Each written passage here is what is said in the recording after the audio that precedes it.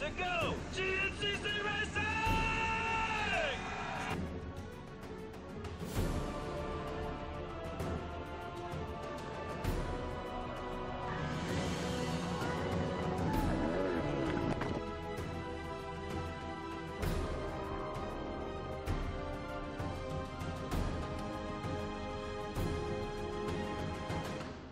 Welcome to Washington, Georgia for this AMSOIL GNCC Racing Series, the General, round number 3. Well, Landon, here we are, man, round number 3. 1 and 2's in the books. Talk to me a little bit about the XC1 from round 2 and what we can expect here in round 3. Yeah, we had round 2 just 1 week ago in Florida. We had a big race there. Walker got off to a good lead early on in his fashion. We had a good battle behind him. We had Adam McGill, Jared McClure, and Chris Borge. They duked it out all day long with some really good racing. It ended up being Adam McGill, Jared McClure, Chris Borge. I expect to see a lot of that tomorrow as well. We got, it's going to be tough for anyone to get a hold of Walker, but behind him, it's a serious dogfight. You're absolutely right. And in the XC2, Hunter Hart finally at the center of the box. Yeah, I know he struggled in round 1. Was really disappointed about that, but he came into round 2 swinging. I think he got the lead early on and rode her in for a first place finish in XC2. That's going to do it for us here. Now let's take it to Jared Bolton with this week's track description. So we're back here at the General GNCC for the first time since 2015. This is a great facility.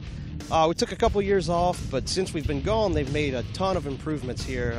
As you can see, the motocross track is a lot different than it used to be. They've done a lot of work here, and then we've come in and we've kind of changed things up. We used to be based off the other side of the property, and now we've moved over to the motocross side where we've got the start, the finish, the pro pits, and basically all the vendors and everything based off of this side. And we haven't done that since the very first year we were here in 2003. So it's kind of breathed some new life into the facility. As for the woods, well, it's kind of similar to what we saw here before, but we've actually found some new trail, and we've used some old trail that hadn't been used in a good number of years, and it's kind of feels like a whole new piece of property. There's fast trail, there's some tighter trail for the quads, and then there's some really tight trail for the bikes that'll give the enduro type riders a little bit of an advantage come Sunday. We've also got the FMF power point going through the mulch pile, which we did here before. Now it's a little bit different. They've done a lot of work on that, and it's going to get real exciting as the weekend wears on. That mulch tends to get a little rough. And then we've also got the Monster Mile, which this weekend is definitely a monster. You got the course running up and over these great big dirt piles that'll, they're basically like supercross whoops, and it'll definitely make things really interesting for the 1 o'clock races. So overall, this is a fantastic facility. We're glad to be back, and can't wait to see how everything turns out. All right, the stage is set. Let's get this Maxxis General underway. We'll take it down to the start line with Rodney Tomlin.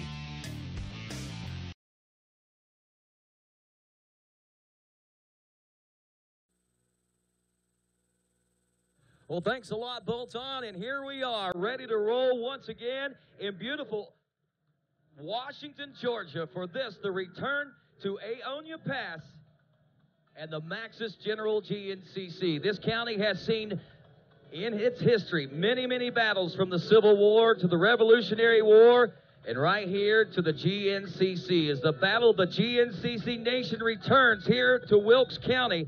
And our starting lineup for round number 3 of the GNCC.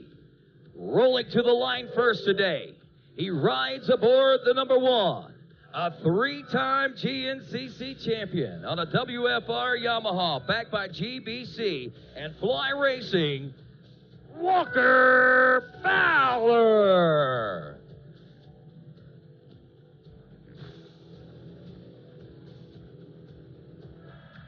Rolling to the line second today in points, he rides aboard the 521 from Waverly, West Virginia on the CST Induction Solutions LSR backed Honda, Adam McGill.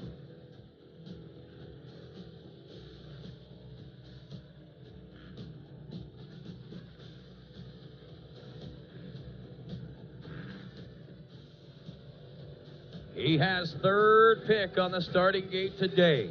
He wears the number 2. Hailing from Bidwell, Ohio, on a B. Neal Motorsports CST Tires Hauser Racing Yamaha, the Bidwell Bullet, Bryson Neal. Fresh off a third-place podium finish where he struck late in the race like the sneaky snake always does. Well, actually, this gentleman right here, he is a six-time GNCC champion, the winningest GNCC racer of all time. Rolling to the line fourth today, aboard the number 4 from Sunbury, Pennsylvania, on the Maxxis Fly Racing Eel Cycle Barn Suzuki, Chris Borich.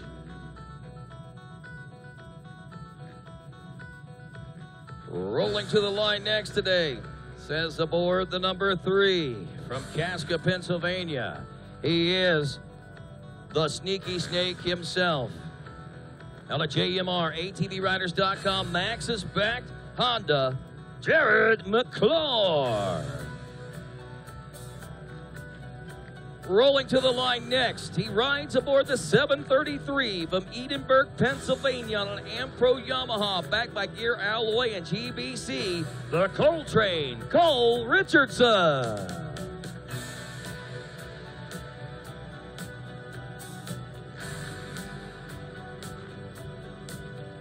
Rolling to the line next, aboard the 741.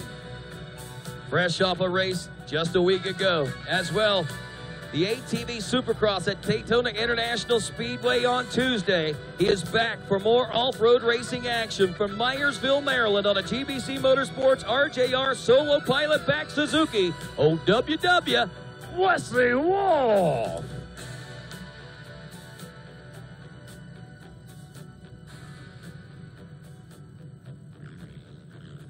Rolling to the line next, he is 8th in points, riding aboard the number 9, a rookie from Windsor, New York. Last year's XC2 Pro-Am champion on an MR Unlimited GBC tires, RJR-backed Honda, Devin Feehan.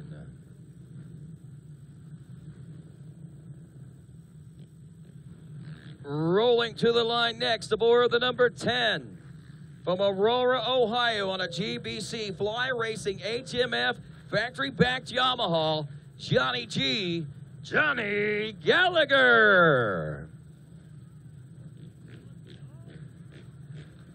Rolling next, he rides aboard the number 8 machine. A sophomore here in 2018 from Richford, New York, on a Spider Graphics GBC Motorsports Moose Racing-backed Honda, Marty Christopherson.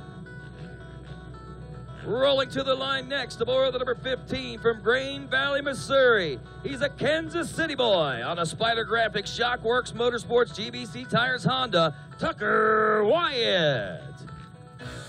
Next, the number 11 from Akron, Ohio, on a B&R Motorsports GBC Precision-backed Yamaha, Josh Merritt. The number 12, a rookie in 2018, a former XC2 Pro-Am champ from Ithaca, New York, on a Gold Speed-backed Yamaha, Greg Covert.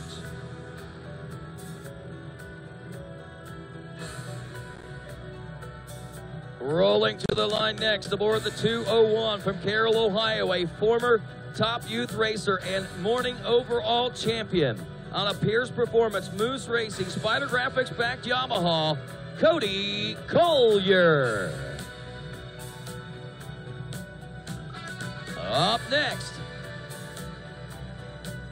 riding the number 65 from Daly, West Virginia, on a Kurt Kelly surveying Kenneth Kelly Doralee Snyder-backed Honda, Kenneth Kelly.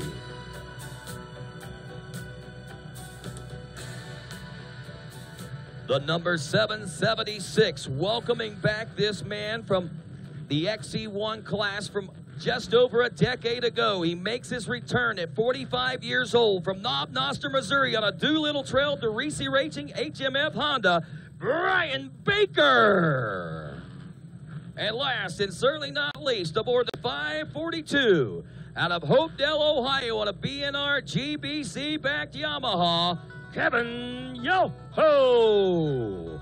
And that, my friends, your starting lineup for this XC1 Pro Class and the Maxxis General GNCC. As our riders now find their way onto the starting line, the last couple of riders making their final choices here as we ready ourselves for the start of this 2-hour race and the return to Aonia Pass. A $250 Wiseco Hole Shot Award up for grabs. We also have $100 for our XC2 Pro-Am class is going to be rolling here in just a few moments as well.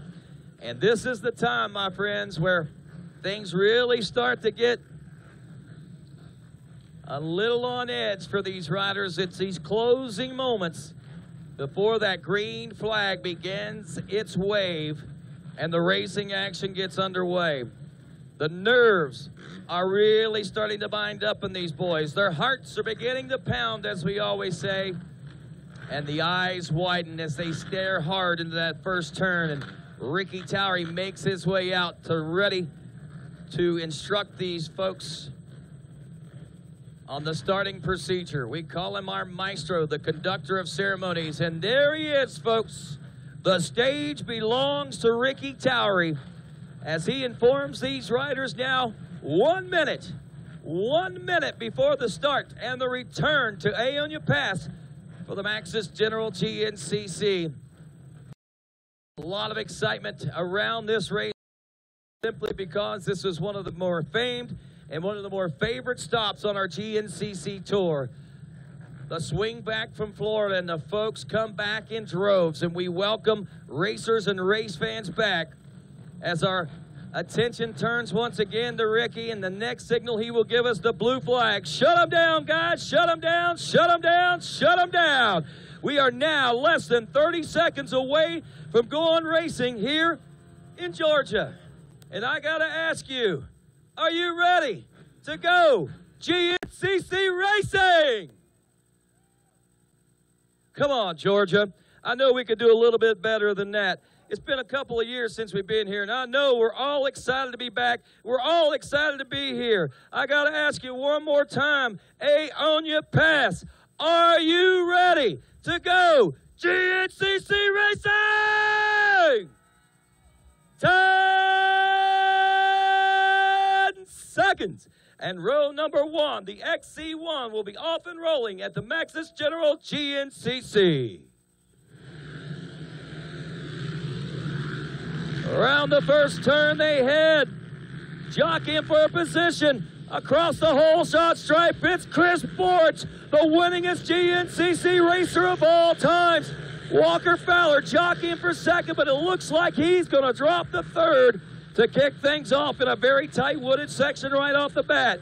Heading down to the XC2 Pro-Am class now. Hunter Hart, Brandon Eicher, Drew Lander, Steve Covert, Tanner Walker, Zachary Dean, Brody Livingood, Charles Dunn, Kenny Schick, Ben Kowalewski, Gabe Nunn, Nick Royalty, Matthew Lindell, Cameron Bruce, Jay Wagner, Austin Abney, John Glotta, Devin Masters, and Sam Huff in 10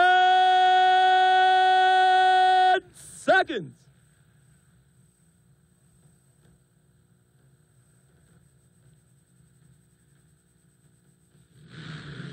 And they're off. XC2, $100 up for grabs in the All-Boss Hole Shot Award.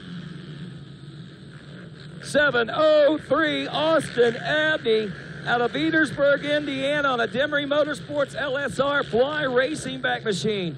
College J, some of the up-and-comers rolling next. Andrew Bofsowski, Cade Vanderpool, Tyler Swindle, Logan Weiser, Trevor Taylor, Matthew Blankenship, Cage Chrisman, Joseph Yerrickson, Kelton Harbin, Caleb Lloyd, Noah Mickelson, Nicholas Gillardi, Morgan Flannery, David Brinson. 10 seconds. Corbin Menon, Seth Wilson, Gavin Jenkins, McCain Jennings, Corey Silverthorne, Ronnie Rush, Corey Vanderliner, Eli Kiger, Josh Simmons, Cameron Abey, Cole Dunn, Mikey Nichols, and Bodie Lamoureux. 27 riders rolling into turn number 1, jockeying for that position. Side by side they come out, but it's one out front. Looks like the 234 possibly. Maybe the 424. David Brinson will get an official word on that. But next we go to the Junior 25 plus class. with riders like Levi Cohen, Zach Wright, Jade Millwood, Ryan Thompson, Francis Naw, James Mulgrew, Andrew Connors, Nick Davidson, Doug Morris, Corey Blankowitz, Bruce Weiling, Chris Ballou, Josh Harvey, Russ Wright, Robert Mapp, Charles Harris, Luke Schecker, Jake Scott, Ben Danner, Dylan Taylor, Michael McVoy, Tyler Divens, and Brett Henke in 10 seconds.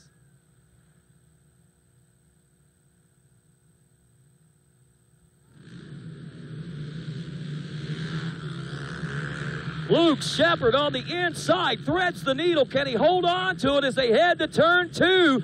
It's going to be the 321, though, stealing the thunder and stealing the show. The Vet A 30-plus class, Big Papa P, Jeff Pickens, Dustin Hendershot, good to see you back. A.J. Kuntz, Todd Muscala, Lamar Merland, Nick Corneli, Dallas Goins, Travis Austin, David Peach, and Brad Whitehead. 10 seconds.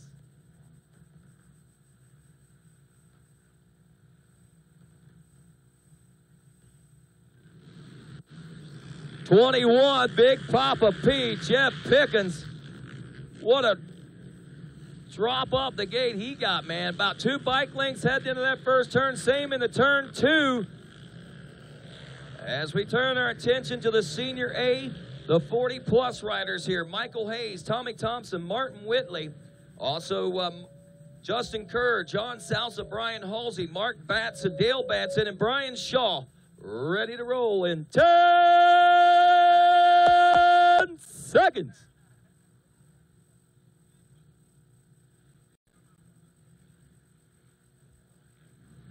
Senior A off and rolling now. Around that first turn they roll. It's a dogfight. And it's the 48 machine of Michael Hayes from Rocky Face, Georgia on a green cut back machine. College B, Jeffrey Ladon, Aaron Bosley, Grayson Eller, Ryan Miller, Ben Wilson, Curtis Johnson, Jaron Dawkins, Colton Miller, Colton Dobbs, Ronald Howard, Alan Daniels, also Josh Britton, Ben Peterson, Carter Kearns, Alec Vanderpool, Jeremy Haney, Levi Bowen, Jared Lambright, Chase Allison, Hunter Harris. 10 seconds. Colton Kendall, Colin Gerber, Rhett Cox, Cale Howard, and R.J. Jacobs.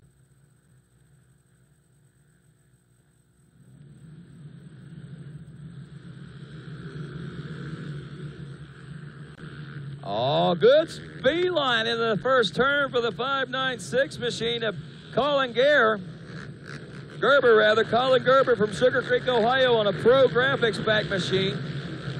Junior B 22 plus, Tyler Copeland, Charlie Rogers, Nathaniel Tickle, Neil Tolston, Colby Clark, Craig Ulensi, Eric Elikoff, Derek Wade, Chris Landerfield, Justin Miller, Emily Wise, Cameron Harbin, Nathan Burkholder, Nick Miller, Cody Holcomb, Travis Matthews, and Cody Stewart.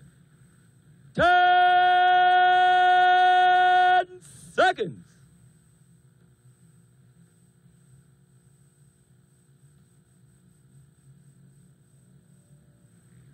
Junior B 22 plus, and Emily Wise, the young lady, does it again. This could be 3. Oh no!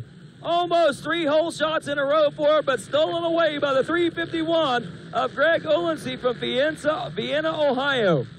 The Vet B 30 plus class, Zachary Phillips, Aaron Hendershot, C.J. Mullet, Christopher Jones, Corey Tribalock, Howard Harton, Jeremy Gashard, Lodge Blazinski, Wesley Smith, Dave Napa, old New York Dave, Chris Conklin, David Rudder, and Dustin Dickerson.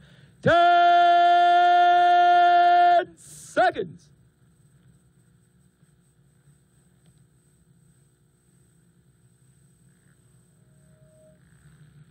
And there they go. All except for New York Napo. I think he might have got taken off there finally, but let's see who's got the early lead. Ooh, 3:01. That is Christopher Jones from Zaconia, North Carolina. And our final row to start here this afternoon, the Senior B plus class, Jacob Phillips, Chad Spangler, Peter Dandria, Ed King, Ryan Reed, Jamie Bonner, Brian Locke, Jeff Harvey, and Scott Jottis. 10 seconds.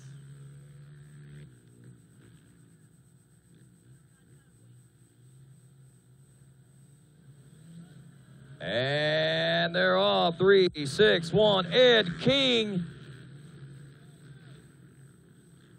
Oh, he had the first jump into the first turn. He's got the line, but oh, the 4:31, Ryan Reed from Leesville, South Carolina, stealing it away in the closing moments, heading into that second turn, taking the early lead in this one. Well, that does it, folks.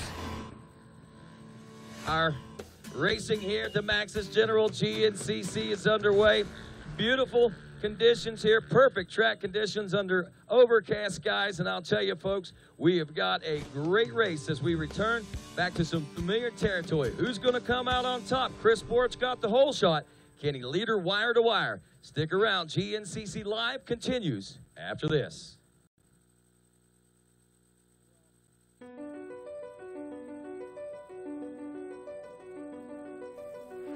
What is your passion? Hitting the perfect line, finding the perfect trail, routing the perfect adventure, or just living and breathing the moto life? Do you feel pride for a job well done after tackling a late night in the shop? Do you enjoy time spent with friends and family in the great outdoors? Spanning over 3 decades, one name has taken the lead for supplying the best powersport parts, accessories, and apparel to fuel your passion. One name that knows it goes beyond getting you the best prices, quickest shipping, or largest selection. One name that builds and innovates for our industry. One name that teaches, helps, and supports our fellow riders, racers, and organizations. We are Rocky Mountain ATV MC. We have transformed a team of moto enthusiasts into a powerful teaching team to ensure that you make the best purchasing decision with your hard-earned cash. We build communities with fellow riders to provide you with all you need to make a good decision. See customer photos, reviews, Q&As, and more while you're on our easy-to-use website. Need help fast? Live chat with our specialists, email, or drop us a line. Visit us today and experience the best in OEM and aftermarket parts, accessories, apparel, and industry-leading information. We offer lightning quick shipping, free on orders over $75, a huge inventory, free apparel exchanges both ways, and customer service that leaves all others behind.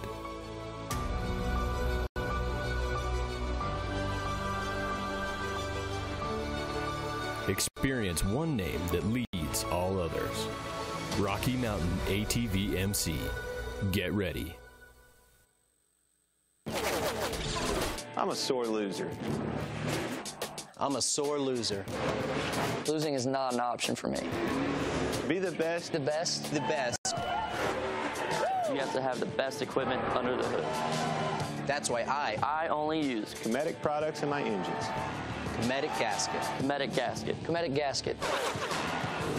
Cometic gasket, a superior quality gasket For those of us who demand the highest level of performance. We handle your races, your jumps, and your trails. Isn't it time you give your daily driver the same love? AMSOIL's Signature Series Synthetic Motor Oil delivers 75% more engine protection against horsepower loss and wear than required by a leading industry standard. AMSOIL also offers a full family of ATV, UTV lubricants, giving you above and beyond fortification for your weekday and weekend vehicles. AMSOIL, devoted to protection. This RacerTV broadcast is brought to you by AMSOIL, the first in synthetics. Rocky Mountain ATV MC, get ready. And by Monster Energy, unleash the beast. And welcome back to GNCC Live. Mikey Wayne's here. I'll be joined in the booth here momentarily with Landon Wolf and Rodney Tomlin. We are here in Washington, Georgia. Round 3, GNCC, the Maxxis General GNCC. We are back here at the beautiful Aonia Pass racing facility in beautiful Washington, Georgia. About 65 degrees out. That rain, that was this morning. We're talking about the pass. Let's hope that we have no more rain, but it has provided what folks have said in the past. We raced here starting back in 2003 up until 2015. Didn't race here the last couple of years, so we're kind of welcomed back to the facility, known to be a bit of a mutter, and we're taking a look at the track now. This is that kind of an overview, if you will, of the GPS that we've got out here. A 13-mile course for these guys, and it extends quite a ways through this facility. Offers a little bit of everything here in Georgia. These guys out here racing on this Georgia red clay. So you see their mile marker number 1, and then there is a look at the Monster Mile. It may not be a literal mile, but my friend, it is going to feel like it. So we got a good shot there of one of our track officials there working through the course. I believe this is Mike Holbert giving us a small preview here of what the Monster Mile looks like. So there you go. How about that? Getting the GoPro footage right there. So you're seeing firsthand what these riders are going to encounter here throughout this afternoon on these ATVs. Shout out to Mike Holbert. No offense, Mike, but I gotta say, I'm guessing our ATV guys might hit this a little faster. But Mike, you know, he's won some races in his day, so shout out to Mike Holbert for making it possible. So you can see everything that this Monster Mile has to offer the riders here today. Like I said, may not necessarily be a full mile, but by the time they're done with it, oof, it's going to feel like it's an entire mile. So pretty cool new little feature we've got in store for you here moving forward. I like it. Gives you a front row seat to the action. So as we move through the course there, again, that was the Monster Energy Monster Mile. We move around into the woods section there and coming out into some of these open sections. The FMF PowerPoint, another spot we'll have some great camera shots in, and I believe we've got some of the same GoPro footage there in the FMF PowerPoint. We do, Mike Holbert, look at that speed. So these guys doing a heck of a job giving you a preview of what's to come in the FMF PowerPoint. Mike's got to feel good about this, man. Get to go out there, and when you go to him and you say, Mike Holbert, we're going to let you rip. And he's like, thank you. So there you go, my friends. A 13-mile course for these guys, and that'll wrap up on that. We were also able to do a GNCC rig feature this weekend. On the event T-shirt, I believe it was Chris Borich, and we got a chance to catch up with him and rig tour.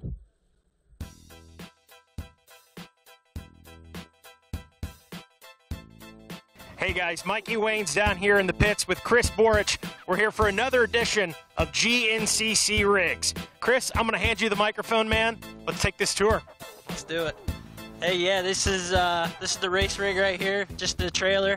Obviously, we got a lot of stuff in there right now. We're on our way back from Florida, so we're heading back up north here soon. Hopefully after this weekend.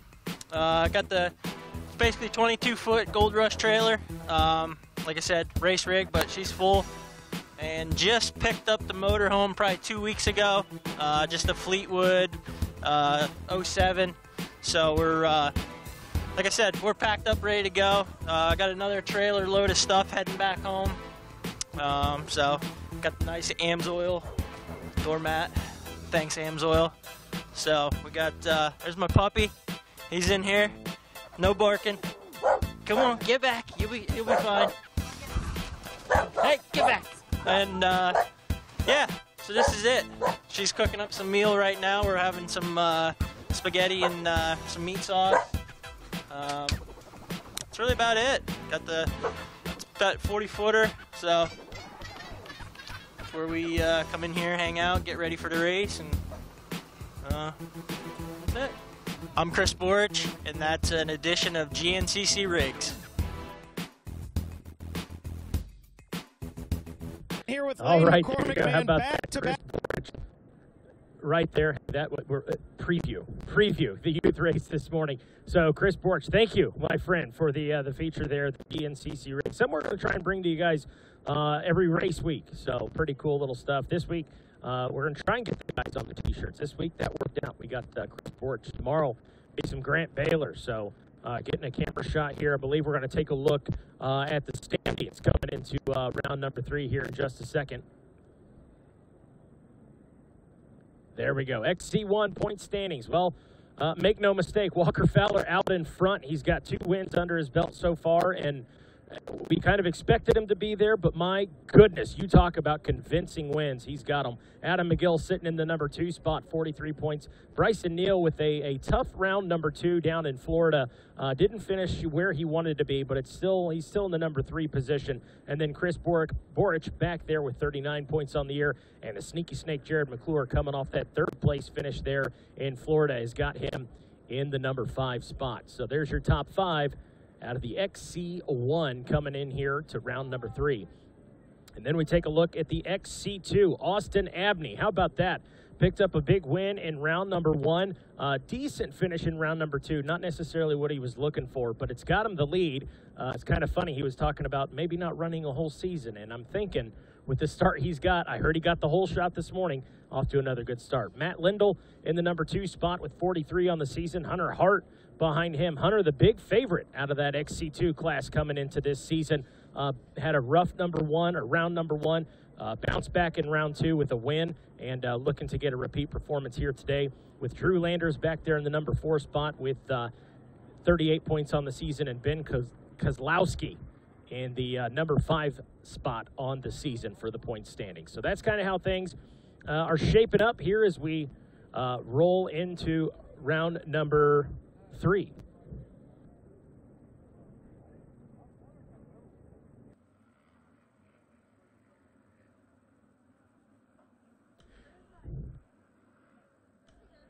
So this is the 3.5 mile marker, I believe. Monster Mile? Is this part of the Monster Mile? Not quite. No, it is not. Nope. I should know that. Mike Holbert, I'm sorry, buddy, gave us the great shot. So we're getting a look at the 3.5 here. So these guys coming out of the woods section. If you weren't aware out of the gate, it was Chris Borich out in front. Not sure. Haven't gotten a word yet from the track officials if he is still out in front. Okay, there we go. Next shot is going to be the Monster Mile. But there you go. How about that? How's that for timing? So there's the Monster Mile, getting a look at it, waiting for our leaders to come through. Again, after the start, it was Chris Borich out in front. Rodney's with me now. I'm not sure who was out there in second, but it sounds like Walker was back in the number 3 spot. Yeah, I couldn't quite tell who it was that threaded that needle right in front of Walker, but they went into a very tight wood section, probably about 150 feet long or something like that, right off the start, and that left a lot of room for some mistakes, as tight as it was. Now, I'm sure that the morning class probably opened that up since I rode it yesterday afternoon, but regardless, they have got some tight sections out there. That first lap, I would expect to see these guys stay kind of tight, so it'll be interesting when we see them make their way here to the Monster Mile. We've gone through that tight stuff. We've hit some of the more open stuff, and we'll see whether or not they're starting to stretch out. And if they are, where everybody happens to sit, because sometimes you get in those tight sections, mistakes happen, and they get all jumbled up. So it'll be interesting when we get a look at them here in just a moment. We'll find out that and more as we sort things out. It's going to be interesting. Again, this is a facility we've not raced at since 2015. We were here from 2003 to 2015. Last guy to take a win here, Adam McGill, in 2015. So talked to him this morning. He said, I was up on the podium interviewing some of the youth riders, and he said, Mikey, I'll see you later today. I don't know if that's indicating he wants a win here today, but he certainly wants to get up on that podium. So maybe Adam McGill can turn the clock back to 2015, take an overall. Well, I know that's what his intentions are. The one thing that none of these riders like to do is come up short, and that's something that everybody's been doing behind Walker Fowler at least through the last, at least 12, 15 races or so. The only one that has been able to best him was Johnny Gallagher at the X Factor there last year, and here we are on another roll. I'm not sure exactly how many races we have in a row win-wise for Walker right now, but I know it's starting to get up there. We should be in somewhere in the neighborhood of about 8 race wins in a row, I'm thinking. And add that up, his total right now, 40 race wins whenever you take a look at the overall records. And believe it or not, just 9 away. Ooh. Just 9 away. And I'm trying to do the math here. I'm thinking that we might, if he wins them all this year, he might be able to tie Barry Hawk's all-time win record at 49 on the ATVs. Checking with the action on the racetrack right now. We got some great camera shots here. We got the drone footage. If you folks tuned in to UTV, and then Sunday's bike action from Florida there just a week ago, a little less than a week ago. At Palaca, we utilized the new drone camera that we have, and it is live footage. And from what I understand, Caleb Russell is going to be assisting and guesting in the flying of the drone here today. We've got Ian House, who's our main drone operator, and this guy is phenomenal, and Caleb's not too bad himself, so Caleb's going to be flying that around, and we'll get some pretty cool stuff here on a Saturday afternoon as we are joined in the booth and coming up here in just a moment by none other than Landon Wolf, I'm sorry, LW. There is the drone footage we're talking about. Now take a look at the property and take a look at these this track right here. That's around the 10-mile marker is what we're looking at right now. And these are some nice, big, wide open field sections. And that's the beauty of this track, Mikey. It's got about everything that you can think of. It's got grass track sections. It's got motocross track sections. It's got tight wood sections, and it's got open wood sections, and a little bit of mud. And it's got the Monster Mile. You see right there below us on the drone footage that we're taking a look at right now. So like I said, this facility, this track, Aonia Pass, has about everything that one can ask for when it comes to going off-road racing. You're exactly right, and getting a look at the monster. Landon Wolf joins us now. There's a guy who's very familiar with this track because, man, just an hour ago, you were out on it. Yeah, it was quite the track. I got to give props to the track builders here today. It was a really good mix of everything. We had right off the start, we had some really tight stuff. We had some open stuff in the woods. Got a little bit of rain this morning, calls for some slick terrain, but man, was it good racing today. The whole track was good. There was a few sections that it gets really soft here in like the Georgia clay/sand mix, which is kind of interesting. I think a lot of people, the last time we were here was a lot more clay, but we're running a bit of a different piece of the property today, and we had a lot of sand mixed in a lot of the soft sections with the rain this morning, and I guess throughout the week they got a little bit of rain, but there were a lot of sections that there was no bottom. So I know towards the end of our race, the line started spreading and spreading and spreading, so I can imagine at the end of this race, it's going to be a dogfight, and it could make or break your race. You know, I was kind of wondering that. I rode the track yesterday myself, Landon, and there were sections there that I was thinking, man, this is tight. Passing opportunities are going to be very minimal. I have to wonder, though, with the 4x4 guys out there, did you guys open it up a little bit? I must say we did a little bit. We there on the last lap we were making lines, but here these guys come through. Is this the monster? Oh no, this is on the back side of the Monster Mile. But Borch, no, that's Neil and Borch, first and second, and can't quite get an eye on Neil though. Into the lead, he was not that close to the front. No. When I saw him in the woods, I was out there for the first half of the first lap, but that looks like I cannot put. But that's Jared in fourth. I can't figure who that is in third.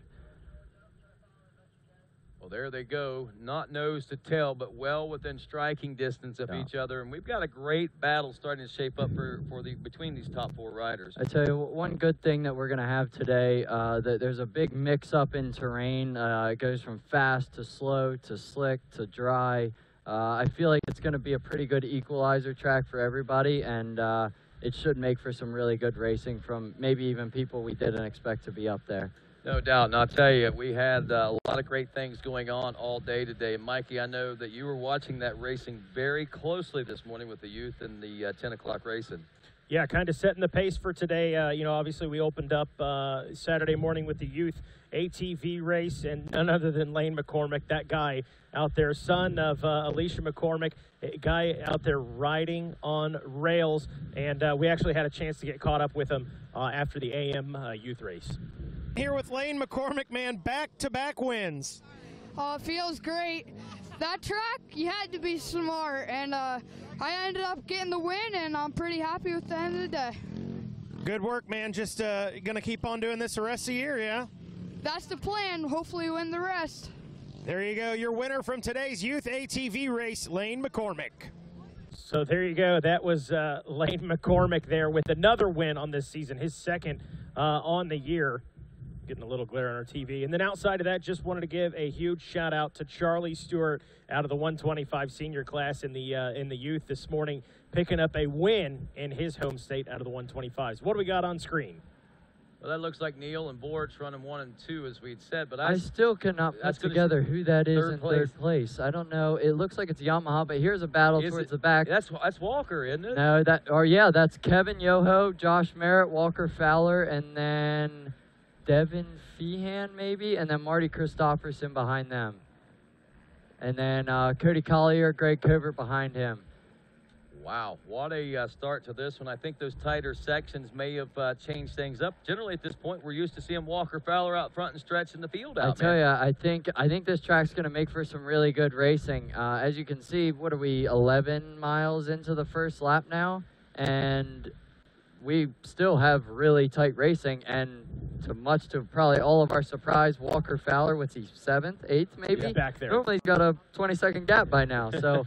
Not where Walker likes to be, that's for sure. No, which, you know, he might be slapping the panic button. He's not used to this, but here we have XC2 coming through, Hunter Hart in the lead with Austin Abney hot on his heels. Well, I tell you, those, speaking of hot on the heels, we had some good racing this morning as we watched this battle heat up right here for the XC2 class. Mikey, there were some great battles this morning in that 10 o'clock race as well. Yes, there was, and Landon being a little bit modest over here, man, but that 4x4 battle you guys have got going on between yourself and Kevin Cunningham is just insane. You guys were within a second of each other with the white flag. I know it sounds like some lappers got in there in the way, but Kevin Cunningham capturing his 3rd win on the season. And then the women's class, the WXC, was riveting. We had 4 riders in the WXC, all within 5 seconds of each other. Ended up being Tracy Pickens taking the win, Angel Knox taking 2nd, and Sadie Gurrell, her first podium this season. And now we got some good racing action on screen. Mercy. So that's Cole Richardson in the number 3 spot. The Cole train is rolling here behind Chris Borch. He actually made up a little time on the number 4 machine. Meanwhile, it looked like maybe the Bidwell Bullet gaining a few bike positions out there. There's nothing monstrous out there, but every inch counts out here on this track at Aonia Pass. But I tell you, this is a big start for Bryson, because he's normally, at this time of the race, he's in the back normally. He's normally not a good starter off the line, and he has to fight through the traffic. But I tell you, if you get a chance, you probably ought to head out to that Monster Mile. It looks like, this looks like Olympic moguls going through there. Yes, I mean, that is some tough stuff. That's the handiwork of Bob the Builder, part of our track crew. Oh, what there? That might have been Wesley Wolf. Wesley? I know Wesley Wolf came into the race today with some issues. He had a crash at Daytona ATV Supercross. They actually took him. Yeah, they took him to the infield medical center. He did participate in the main event. Said he was going to be back here as well. Didn't know exactly what he was going to be able to do today, but he was going to race. I can't believe he actually made it back, but I went up and talked to him on the starting line. He's standing there with a black eye and a limp. Oh, my goodness. I said, man, you look rough. He's like, well, it is what it is. You know, I just need to get some points. But I told him, you know, all you need to do, go out there, sit on the seat, ride a consistent race, and have some fun, collect a few points, because those points could matter at the end of the year. Most certainly. And again, Caleb Russell, our guest drone operator with us here today, and drone footage. Here we come to the finish line now as we wrap up this first lap. And I tell you, this is going to be a big sigh of relief for this young number 2 here in Bryson Neal to know that he's able to carry this one on. He's got Chris Borch hot on his back bumper, and of course Cole Richardson right there in the number 3 spot as things are starting to tighten up back there for that from that 4th place ride as well, the number 3 machine of Jerry McClure. Yeah, I tell you, Bryson's almost got to be feeling a little bit out of place up front as early as it is in the race. I'm sure this is right where he wanted to be, right where he needed to be. And I've been talking to him and his dad all year long, saying one of these days it's going to click. But looks like I believe that's Kevin Yoho in 5th, Walker Fowler in 6th, Josh Merritt, Devin Feehan, Marty Christopherson, and Collier. Yep, Gallagher. Yeah, and, that's 11 and 12 for you. It looks like Collier already has his goggles off, and I was down there on the track the first lap, and there are already some situations where the amateur riders are getting hung up, which is eventually going to lead to lap 2 and 3. Pro riders getting hung up, and like I say, it could make or break your race. It could be a complete game changer. Game changer indeed could be taking place here. Not seeing where Walker Fowler checked in with timing and scoring right now. We do have 13 riders in. I'm not saying Walker hasn't checked in. I'm just not seeing on our timing and scoring loop. There he is, 7th place. I was overlooking him. I guess I wasn't looking deep enough into the field, but still back in 7th place. Now, how big of a change is this? Get this. Now, I want to tell you something. 1st, 2nd, 3rd, and 4th. There is 1 second between 1st and 2nd, 2 seconds between 2nd and 3rd, 1.3 seconds back to the 4th place position. actually 1.7 seconds back to McGill, McGill, and then 19 seconds back to the 6th and 7th place rides. What's going on, Landon? It looks like we do have Wesley Wolf sitting off the side of the track. I could be wrong, but that definitely looked like him. Hopefully he didn't further injure himself, but it looks like they're looking at the bike like something happened. It almost looked like the bike pulled him right off the track. But just a second ago, we saw Ronnie Rush coming through. I believe he's leading the A class. I know him and Mickelson, am I right, have been having some great battles.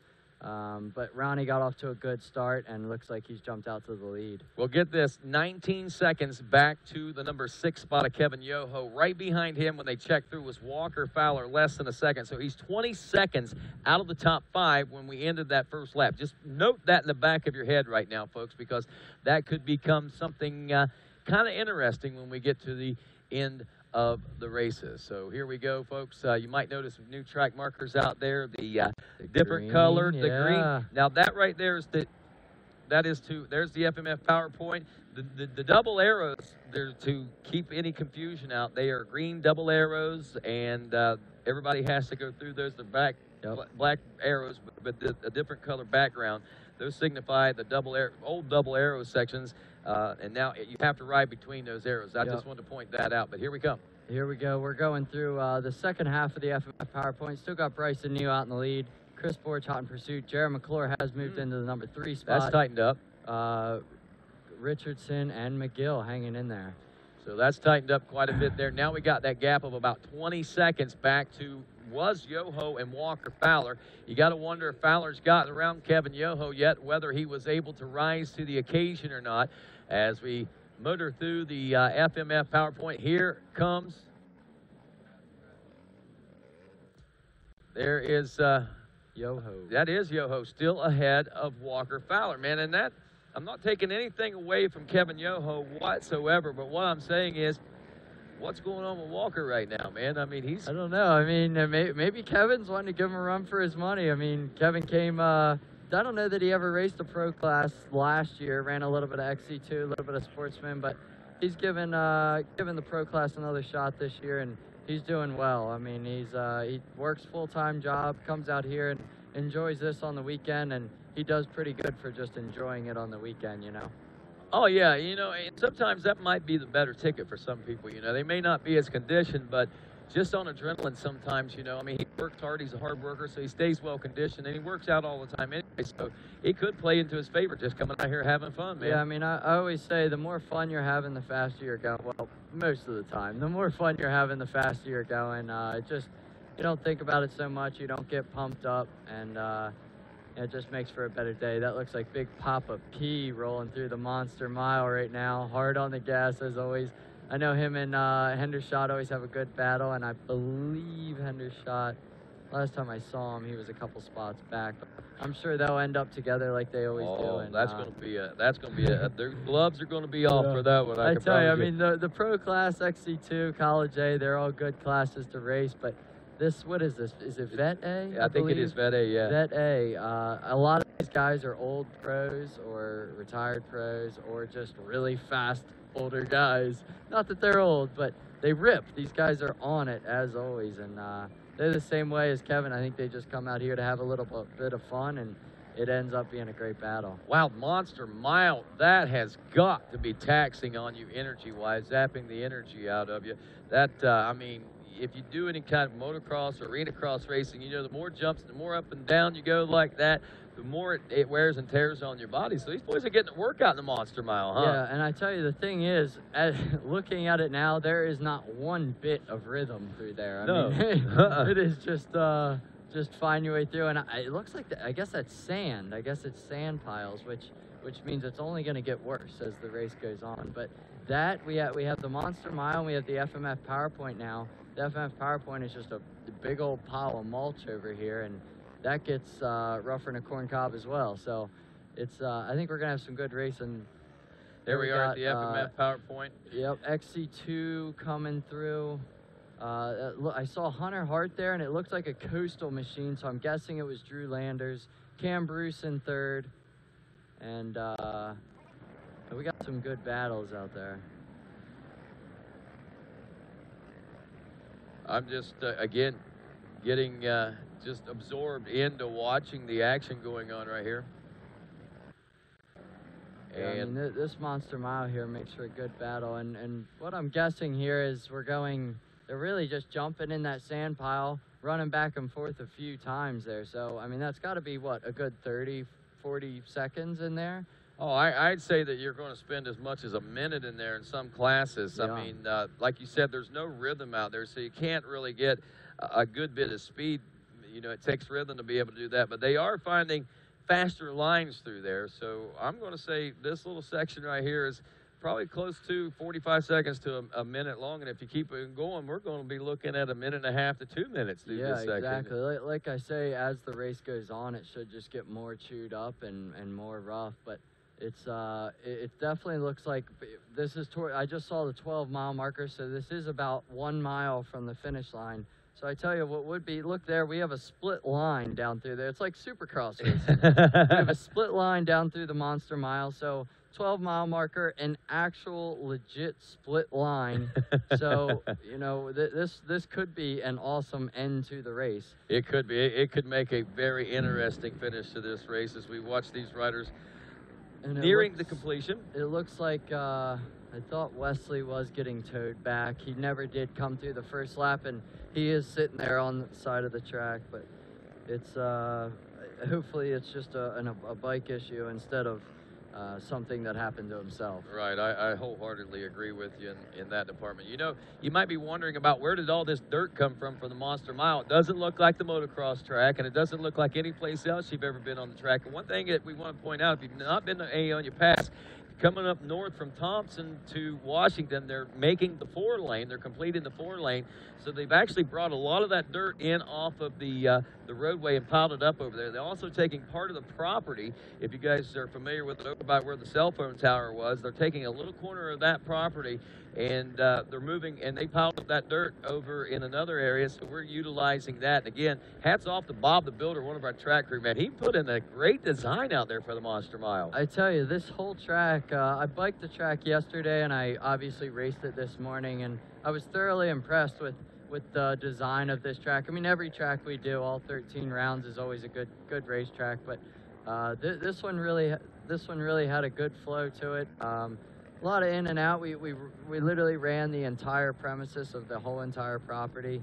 And these guys are actually doing, I think, 2 figure-8s on the motocross track. I think we have a tunnel over there with a jump going over top of it. So we're actually weaving in and out. It's a really cool setup. Wow. So I love the design and what the new owner here at Aonia Pass has been able to do. Mark Ridgway is his name, and I'll tell you, he is a great track builder and a great racer himself, and he has taken this facility to all new levels, like the GNCC is itself. Bryson Neal, last check, we had him out front as we are nearing that 40-minute mark and nearing the completion of lap number, halfway through lap 2, I guess. We're about the 4.5 mile marker, I think, is what they're telling us is where they're reaching. So we should be seeing these guys come up pretty soon here, I believe. Yeah, I believe at the 4.5 mile marker we have a good camera shot there. We jump into the woods, a couple of switchbacks, and then head out into the woods for actually some of the tougher stuff. 4.5 to the 8.5 was it was a lot of single track racing, but the trails are opening up quickly. We got a lot and there was a lot of wet spots out in that part of the track. That's exactly what I was getting ready to say. It's you get to some of these sections and you pull into them and there's 8 lines to choose from, but there might only be one that gets you through. Right. So I think it should make for some good racing. But then they do the track out past the 4.5, and then they come right back through that same section at 8.5, and then they head into a massive field section over where we used to park when we used to race here, 2015, I believe. Yep. So being that we don't park in that big field over there, the track crew again put together a good field section over there. Wow, it's just a lot of different stuff here at Aonia Pass today. It gave them an opportunity. They have a little less room because of the highway and different things like that over there.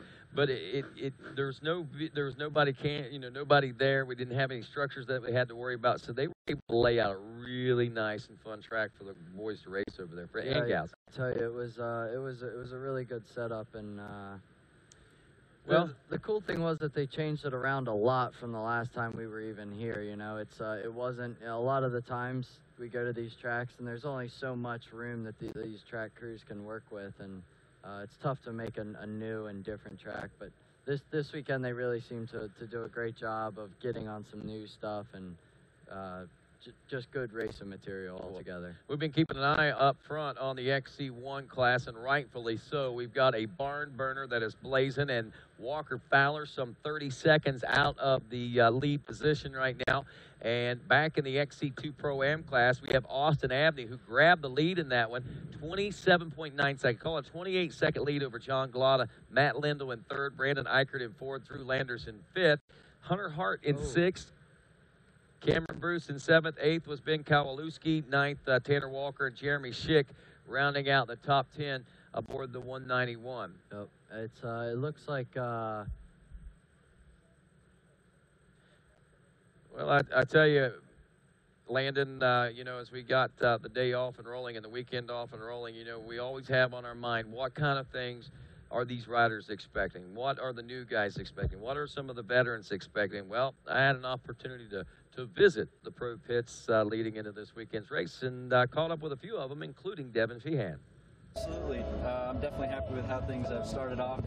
My rookie season at XC1.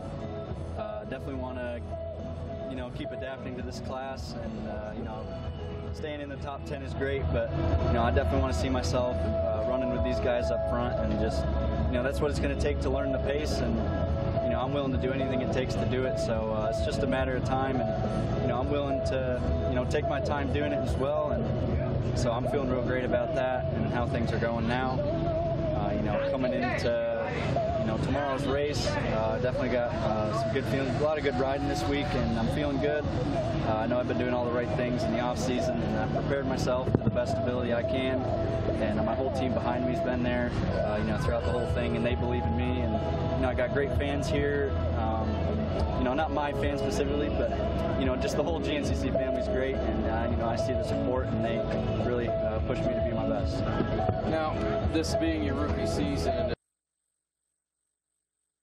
it's been good. Round one was a little rough with a shock malfunction, and then we were able to grab the win in it round two. So we're happy with that. We're sitting third in the points, and I think 13th or 14th overall. So we're ready for it tomorrow. We're ready to hopefully add another win and hopefully get another top 10, even a top 5 if we're lucky.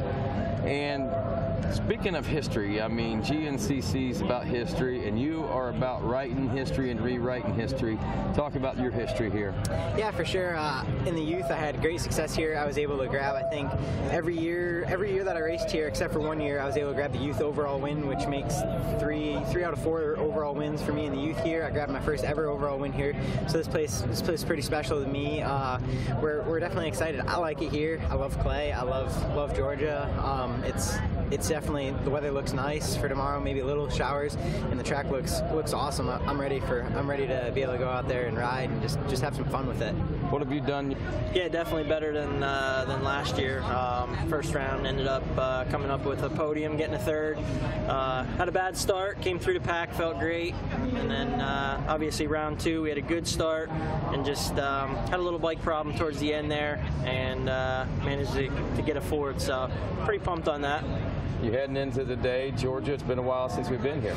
Yeah. Today's looking great. We got a chance to check out the track, and it looks awesome. I used to love this place back when we did race a couple years ago, and got a bunch of wins here. So hopefully today we can get out there and get a good start, get up front with the guys right away. It looks like there's a lot of line choices, and so we'll see how it is. Hopefully the weather holds off. It looks like we got some rain in the forecast, so hopefully it shapes up to be a good day. now season for you, man. Yeah, definitely not what we were looking for. Worked really hard this winter and kind of struggled through the first 2 races. Had some unfortunate events at round 1 and round 2. Kind of been filled with little letdowns, with little mistakes with me and the bike, and just trying to get the bugs ironed out. So been at this a long time, and I know that sometimes you just got to find your groove. So we're hoping to do that this weekend. And with that, man, being here in Georgia, we've been here a whole bunch, man, and you've been here probably every time we've been here. Yeah, absolutely. Been racing here a long time. I think we first came here back in 2001 or 2002, yeah, got a podium here in 03 and another one in 13. So 10 years apart. We're hoping to make it 5 years apart this time and back it up with another podium here this weekend. Awesome, dude. And knowing that, and talk a little bit. You just recently celebrated your 40th birthday, and you're not slowing down in it. No, definitely not. I mean, I think age is just a number, and you know, some people like to live life on a timeline that's imposed by social conventions, I guess. And for me, I love what I'm doing. I'm having a great time, and I feel better than ever. So looking at my best season ever at 40, and who knows, maybe 41 will even be better than that. Wow, we're out at the pits right now. But the cool thing about that is seeing Johnny Gallagher and listening to Johnny Gallagher at 40 years old, man. I mean, he is still as hungry as he ever was, and he's right, man. Amazing that he could literally be looking at his best season ever at this age, and he's had a couple decent seasons in his past. Yeah, I mean, it always blows me away that he is where he is in his racing career. I mean, he's been racing for, I don't know, a long time. I think over 20 years in the pro class now. But he's always been my mentor as a young kid coming up through the ranks, and now he's up there battling for overall podiums and looking for, like he said, his best season ever. And I mean, he may not agree, but I think last year was a good year. I think the year before that was a good year. So the fact that he's looking for his best year ever is awesome to hear him say just after for his 40th birthday. Yeah, I mean, I don't know, man. I'm 49 years old now, and I can't imagine even 9 or 10 years ago beginning to think that I could operate at the level. I mean, Johnny Gallagher is a machine. There's no doubt about that, and he just keeps getting stronger and tougher as time goes on, and I'd like to see it, man. I mean, I hate to play favorites, but it wouldn't hurt my feelings a bit if Johnny Gallagher got on the podium or even won here today, because I think that would be pretty neat, man. And a fitting tribute. I think it would be great. I mean, you just mentioned operating at their level, and it's funny because if Johnny, I believe, I could be wrong, I believe, though, that if Johnny would ride like he rides now 10 years ago, he'd probably be a champ. He'd be a champ. Yeah. But the pace, these guys get faster and faster every year. They train more and more every year, and each race they push harder and harder. And it shows. I mean, they're literally on rails out there. So the fact that Johnny, not saying he's old, but with getting older, has been able to adapt to that speed change and continue to do it with them is always impressive to see him do it. And like you say, I mean, I certainly wouldn't be upset to see him on the podium today. No, not a bit. So I think a lot of people feel like that. As we take a look at some of these other classes real quick, just glancing down College A class right now. As you mentioned, Ronnie Rush leading that one. You saw him out there. He had a 31-second lead over Matthew Blankenship. Eli Kiger, the 808 from the Coastal Race team out of Waynesburg, PA, is third. Joseph Yerrickson in fourth. Cade Vanderpool in the number 5 spot. Cameron Abey is sixth. Bodie Lamoureux in seventh. Morgan Flannery is 8th. The 9th is Seth Wilson. Rounding out the top 10 is John Simmons. One name that we are kind of surprised that we aren't seeing right now is Rockwell, North Carolina's Noah Mickelson, who has been giving Ronnie Rush a real run for his money these first couple of rounds. 20th right now in class. Yeah, I don't know. This might be the whole motocross to hare scramble difference. I mean, and I'll tell you something else that he's not used to. You got a very good point. These first two tracks that were a little more wide open. This is a little tighter. The anxieties of a motocrosser, just like you're pointing out, might not fare well until he gets a little more experience in that tight stuff. And these mud holes. Yes. I mean, I can't imagine. I know he's a very impressive rider, but on the motocross track, and he is in the woods too, but I don't think that he's probably ever come up to a mud hole and had to pick out of 10 lines which one's the best. Right. and the guys that he's racing with are used to it. So they grew up doing it. Yeah, and you never know. By the end of the race, he may have it under control and be clicking through the ranks, but we'll see. Time will tell. This one might be the one that we don't see, and obviously won't be the one that we see the race. But I think Matthew Blankenship, Eli Kiger, and those boys, they might have something for little Ronnie out there as well in that College A class. Yeah, absolutely. All right, another class to take a look at. Junior A, while we watch some of these classes come in, we got Bruce Weiland out leading that one. Look at this. He had a .014.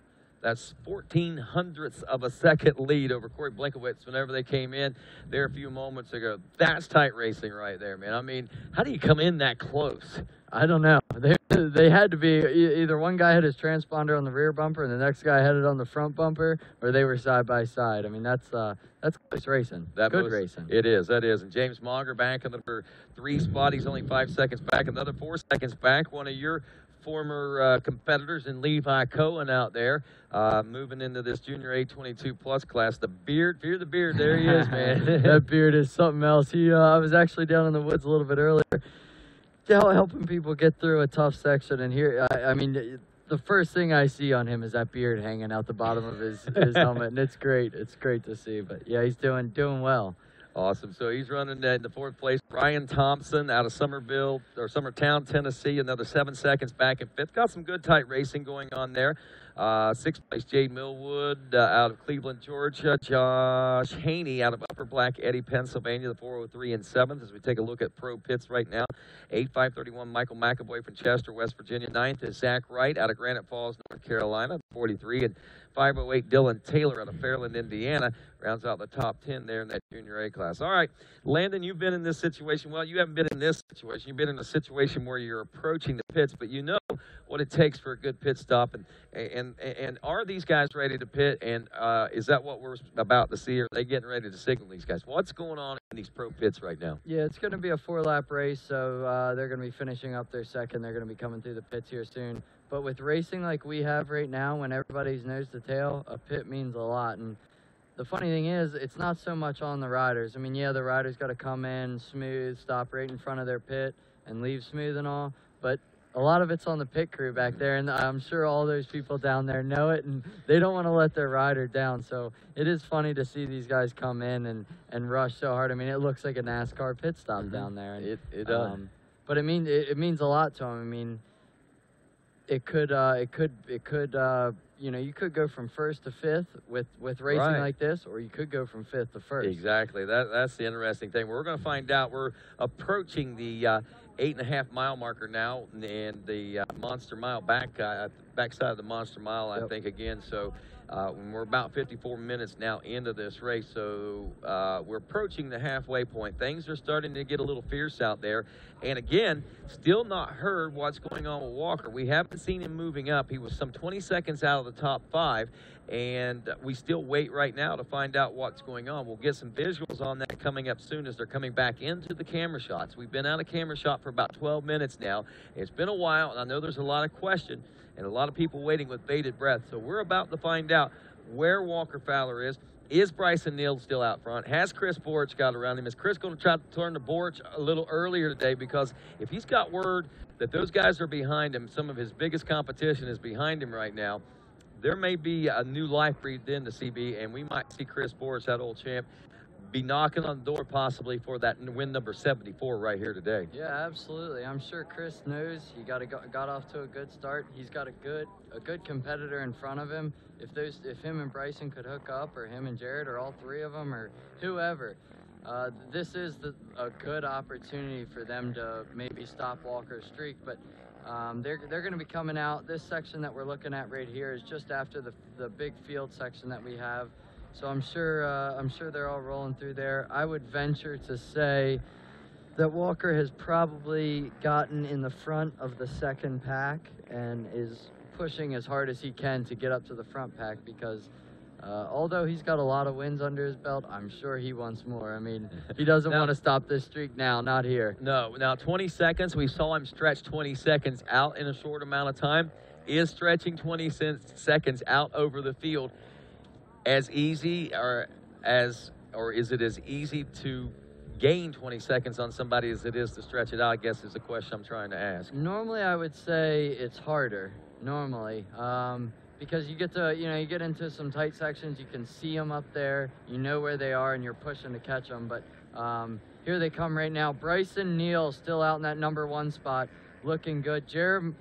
Jared McClure into second, and Chris Borch right there in third. So it's a nose to tail type situation. 1, 2, and 3. Fourth place rider back there, I believe, might be Cole Richardson. I don't think they've dropped him yet, but no, not yet. He's still right there in the thick of things. The Cole train's just getting steamed up right now, I think. Yeah, absolutely. I mean, Cole's had some good starts to the season here, but one big thing I'm noticing is Bryson and Jared usually start in the back and work their way to the front. This weekend, here we are halfway through or close to the end of the second lap. Both of them are 1 and 2, and that could make for some interesting racing. Yeah, I mean, because as hard as they push in the latter part of the race, if they've got that in them right now, they could leave the rest of the field back there and leave them scratching their head, and even leave Walker Fowler in that same situation, probably. Exactly, and yeah, it looks like Cole dropped a little bit off of the back of the top 3, but we didn't get to see him come through, but I didn't see Walker up on their heels just yet, which is kind of funny because last race, he pulled a 20-second lead on the first lap, but now, this race, a little bit different scenario. He's not able to pull that 20 seconds back in I think lap. we're in the pits, or we're approaching the pits. I can hear them on the back side over there right now across from the TV studio right now, so we should be seeing them make their way into BP Fuels Pro Row here in just a few minutes, brought to you by your friends at Monster Energy. And talk about the energy. You're going to have to unleash the beast whenever it comes time for pit stops here. These guys are very tight. When they checked in, they were 1 and 2 seconds apart through our top 5. There's a little bit more, but we're still within a couple of 3 seconds in between those guys. And maybe when they get to here, they'll be right back nose to tail. Who knows? But this is still going to be very critical. Gas, water, goggles, gloves, maybe even with the wetness out there. I mean, this is going to have to be very quick, and I think that riders are going to have to pick and choose. Do they take that drink? Do they get the extra gloves? Do they go for the extra goggles? What are they going to do here? I mean, I would say it's given. Everybody's going to grab some goggles. There's definitely a little bit of mud out there. Everybody's going to want a fresh set of eyes. But a lot of it's going to come down to these pit crews. I mean, they got a lot on their shoulders here with racing this tight. You got a little bit of a gap in between first and second or something like that. It's not such a big deal, but these guys are nose to tail. And I know Walker and Mark have a good system. They're really good. They're quick with their pit, and that could be an opportunity there for them to shave 1 or 2 seconds. And 1 or 2 seconds in one straightaway is a lot of time, but yeah. I'm sure. Hopefully, these pit crews over here got some Monster Energy in them so they can release the beast. Well, we got Mikey standing by, I believe. Mikey, what's going on? Oh, okay. He's on his way down. I'm sorry. He's heading there. He's headed there. Yeah. So, Mikey, we'll check back in with you in here in just a couple moments. Maybe we can get a bird's eye view of what's going on in these pit stops as well. Here's our leaders make their way here into the closing moments of this lap, nearing the 1 hour mark. They're heading back into the Monster Mile. One thing to note, I mean, we sat here and watched some of the further back classes, AB classes come through, and they roll through. You think they're rolling through that rough stuff pretty good, but these guys are smooth. I mean, you watch them come through, it's something else. But we got a good battle there. That's Adam McGill now in 4th place. Cole Richardson has dropped back to 5th, but they're all nose to tail. I mean, 1st through 5th is bumper to bumper, and I have yet to see Walker. Yep. So we Still know there was Walker. about 20 seconds that Walker was behind this lead group of the top 5 there a few moments ago. Well, whenever they ended lap number 1, as a matter of fact. There we have some split line action. Cole Richardson trying to jump up beside McGill there, but there we have Walker Fowler heading into the Monster Mile all by himself. 6th place ride right there. He's got what I would say we're still looking at 20 seconds or better right there. Yeah, I mean, I would say you're around there, but you never know when he did get around Kevin, and it does look like he's pushing pretty hard there, but he's got a long way to go. And on a track like this where those top 5 are all pushing each other, it's going to be tough for him to make up that time, but I'm sure he's ready to take that challenge and see what he can do. But well, one thing to say, it doesn't look like Walker is necessarily riding with a sense of urgency, but he is riding very fast. Yeah. I think that comes with experience. You start pushing too hard too early, and sometimes you get out of your comfort zone, and it just leads to mistakes. It leads to problems. So I'm sure he's thinking, I still got another hour in this bad boy. Absolutely, I'm sure he has that in the back of his mind. But here we got some more XC1 riders coming through. That's Devin Feehan there on camera, but we did miss one guy on the camera shot there. I just saw his head shoot, or two guys now. I'm a little slow on the draw today, apparently. Saw their helmet come through. Not sure who it was, but that's Devin Feehan coming through there. No goggles on, so I don't know if it was mud or he's hot. It could be one of the two. He knows he's probably coming into pit this lap, so I'm sure he's pushing hard. No goggles, getting a little bit of fresh air to his face, cooling down, and gonna pull into pits here and keep moving. There we got Marty Christopherson rolling through with Greg Covert hanging in there with him. Two New York boys, two Winoak boys, and they are still rolling through. How about that drone shot from Caleb? Yeah, that's some pretty good stuff. He's a pretty good drone flyer. There's no doubt about that. We are in the pits as well. If you're watching RacerTV.com and watching through live stream or Facebook, you can see top left-hand corner is our shot of pit road.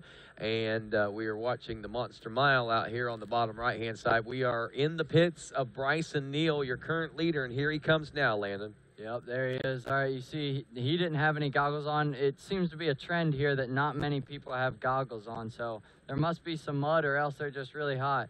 Bryson Neal in and out of pits in first. There's a pit stop. Yeah, Chris came in third, left in second.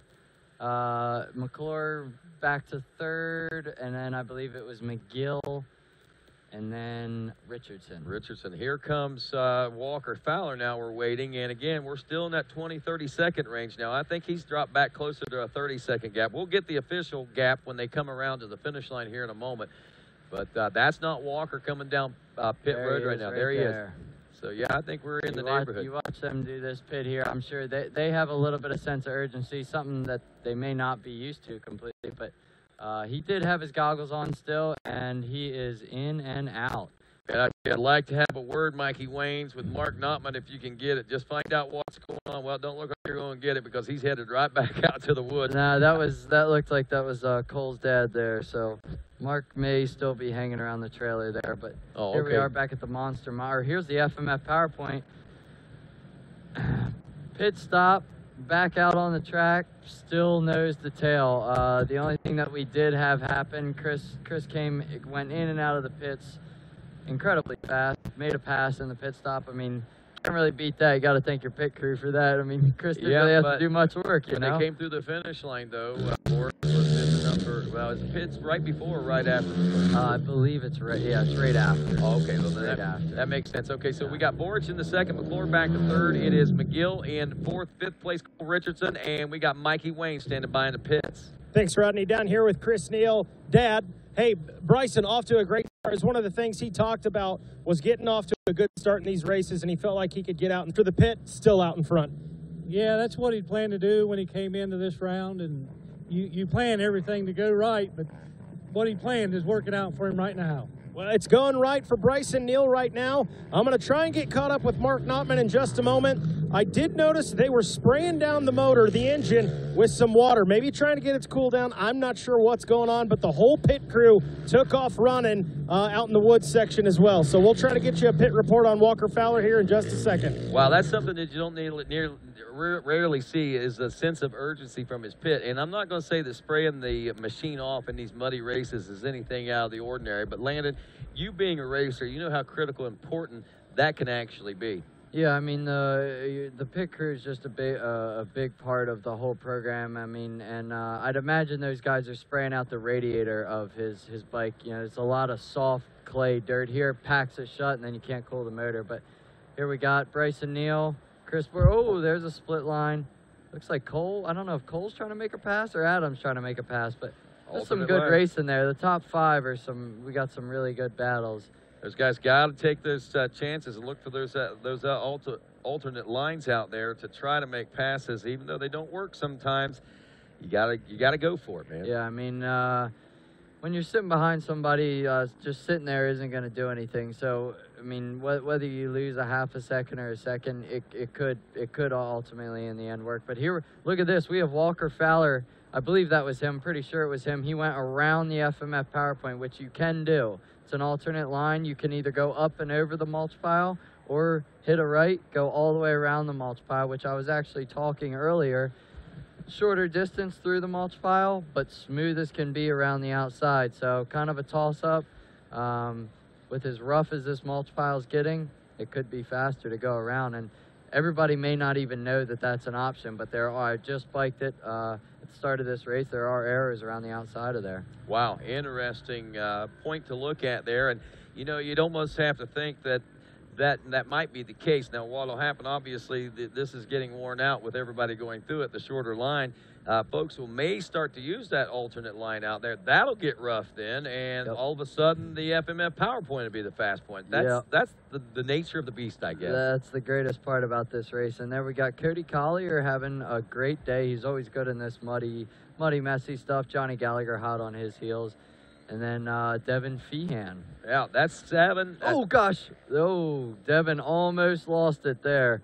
That was a close one, buddy. Keep her on 4 wheels, rubber side down. Wow. So heart stopper there for just a moment. But I was just going to point out, Collier is behind Walker Fowler. Now, Fowler checked in 37 seconds behind the group ahead of him, the 5th place ride of Cole Richards and Adam McGill. He was 20 seconds, so must have been a heck of a battle with Kevin Yoho to try to get around, huh? Yeah, I mean, that's a big gap. 37 seconds, 2 laps to go. I'm not saying Walker can't do it, but the issue is, I know I talked a little bit about it last race, you have a group of 5 that are all pushing each other so hard, and then you have Walker by himself, not sure what to do, not sure how fast he's going. But there we just had another group come through. It looked like we had Marty Christopherson, Greg Covert, and Josh Merritt there as well, and then Kevin Yoho behind him. Well, as these riders continue to make their way around, we'll take a quick look at this overall right now. Top 20 overall, XC1 all the way through the top 10. Actually, Marty Christopherson is 10th, Greg Covert is 11th, Josh Merritt in 12th, Kevin Yoho 13th, and then your leader of the XC2 Pro-Am class in 14th place position, the 712 of John Glotta. Austin Abney has now dropped to 2nd. He was your leader at the end of the first lap. He is now only about 4.5 seconds behind Glotta in the lead. Matthew Lindell in 3rd. 4th place is, looks like going to be Hunter Hart. Wow, Hunter's made up some ground out there. He's moved up to 18th overall. Brandon Eichert rounds out your top 5 there in the XC2 Pro-Am class. Yeah, I don't know what happened to Hunter Hart out there. He came through right before the finish line early on, just before the finish line on the first lap in the lead. And then I'm not sure what happened, but he dropped way back to, I think it was like 6th place. Yeah, he was way back. And right now we're wondering what's going on with Walker Fowler. Let's check in with Mikey Waynes down in the WFR pits. Hey guys, down here with Mark Notman. Mark, man, what's going on with Walker? Some uncharted territory for him right now. Yeah, I don't know. Apparently he had some issues the first lap. I don't know if it got stuck. Noticed he's missing the front bumper, so he clipped something, and last lap around he was about 50 seconds off Bryson in first, so hopefully he can get out front. He's got clean air. Hopefully, you know, he can run him down the next couple laps and get on the podium. There we go. Thank you, Mark. Always appreciated, guys. Wow. So front bumper missing, that's something that we didn't catch, but that is an indication of this tight terrain that we're traversing today. Yeah, I tell you, it could, like I said earlier, we got a lot of tight stuff, a lot of fast stuff heading into tight stuff, which sometimes you carry a little bit too much speed in. But it could be, like I was saying, you get to these mud sections and all of a sudden the ground drops out from under you and you kind of have to wheelie over to the next side, but sometimes you don't get the front tires quite high enough. Front bumper digs into the mud and stops you in your tracks. Well, it goes to show you, even Walker Fowler can have an off day. And to his credit, he has pointed that out. You know, I'm not perfect. I'm not going to have a great race day every day. Some people are going to be a little better than me. More than one person could be better than me on a given day. And I've heard him say that time and time again. And not saying that anybody's any better than him or any other time, but when the chips fall down, sometimes they fall in your way, sometimes they fall your way.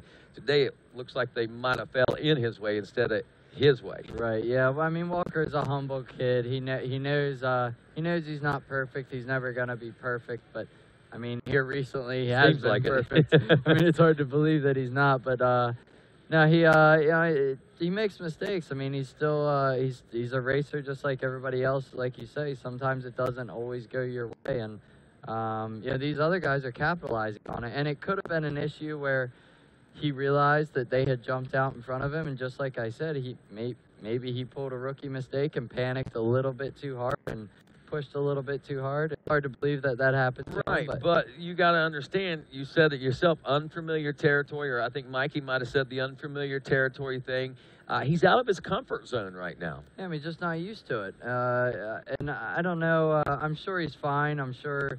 I mean, it looks like he's moving along. I know he had some issues at the last race, and he fought right through them and still won by I don't know what it was, but it was over a minute. So I know maybe he just had a setback that put him 50 seconds down, but I mean 50 seconds in 1 hour is doable for a guy like Walker Fowler. Oh, most certainly. There's no doubt about that. And we are out near the 3.5. This looks like motocross portion of this track. I got to tip my hat again to our new track owner here at Aonia Pass. Of course, talk about Mr. Burkhart, Randy, I believe. No, not Randy.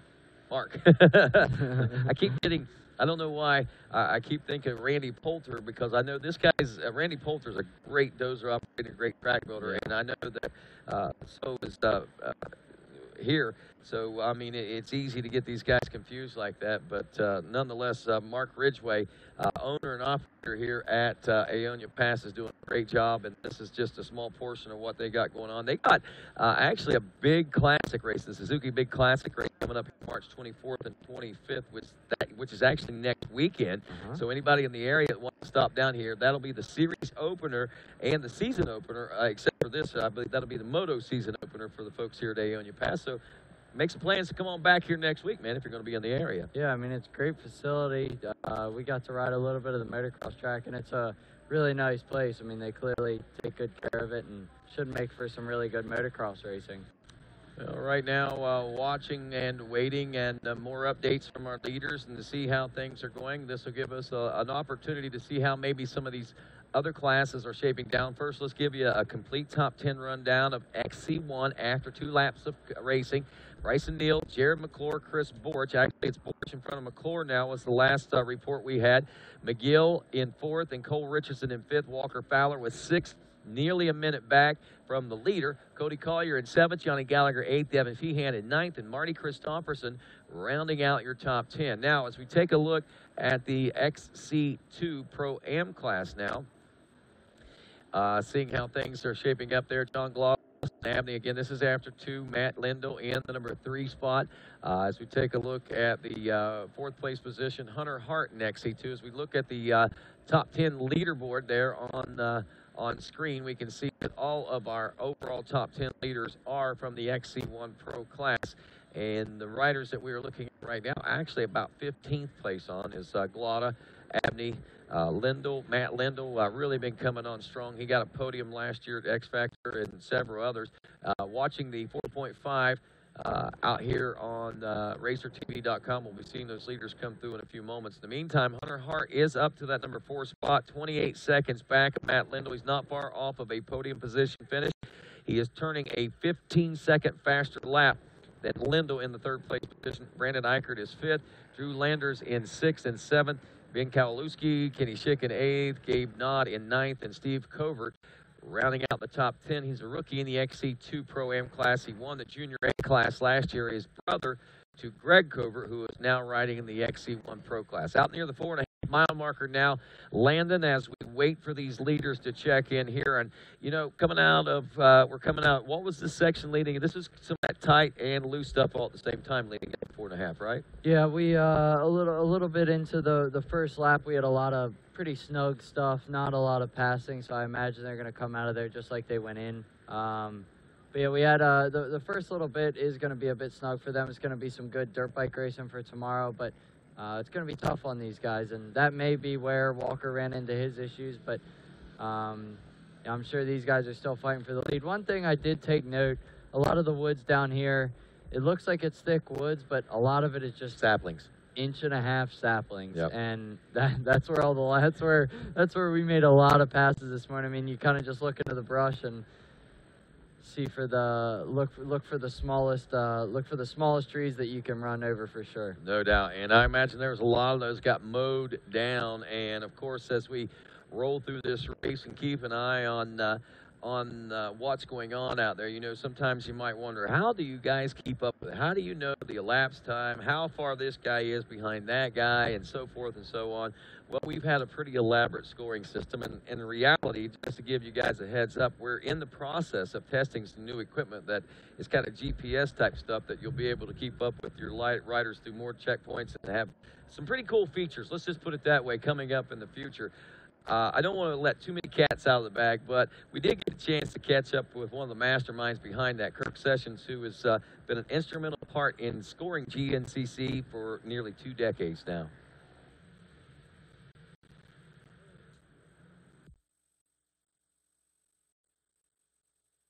Sessions. I'm with SportTag.com. I've been scoring GNCCs for about over 20 years. Everything from barcode scanning all up to the latest transponder that we're introducing this year. So everything's, we're always progressing to do the latest technology. So have a lot of experience behind us. Basically, we get the start times of each row, so everything's time adjusted. So you can still get an overall even if you started on the 3rd row. And we use transponder timing. We have remote checks that we timestamp them at each remote check, and when they come to the finish line, we get their timestamp at the finish line. The new transponder we're introducing, we will be able to at some point get real-time checkpoint results while the race is going on, and be able to do live feeds and stuff from that, you know, as time progresses. So we're running 2 systems now: the legacy Sport Tag transponder, and then the new one that we came out with this year. Well, right now, GNCClive.com, we send all the results up live. I know there's talk of an app coming out later on with the new technology that we're using, so you know that'll be later on. But right now, GNCClive.com is the best place, and you can get the app. You can also see the results on your phone.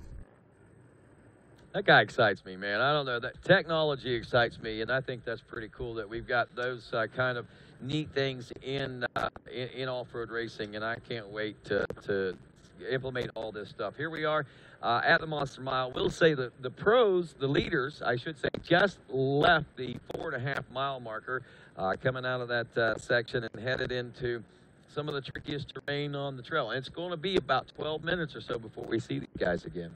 Yeah, I mean, they leave the 4.5, get up to like what I was saying, some of those sections where they didn't really have much of a bottom to them, so.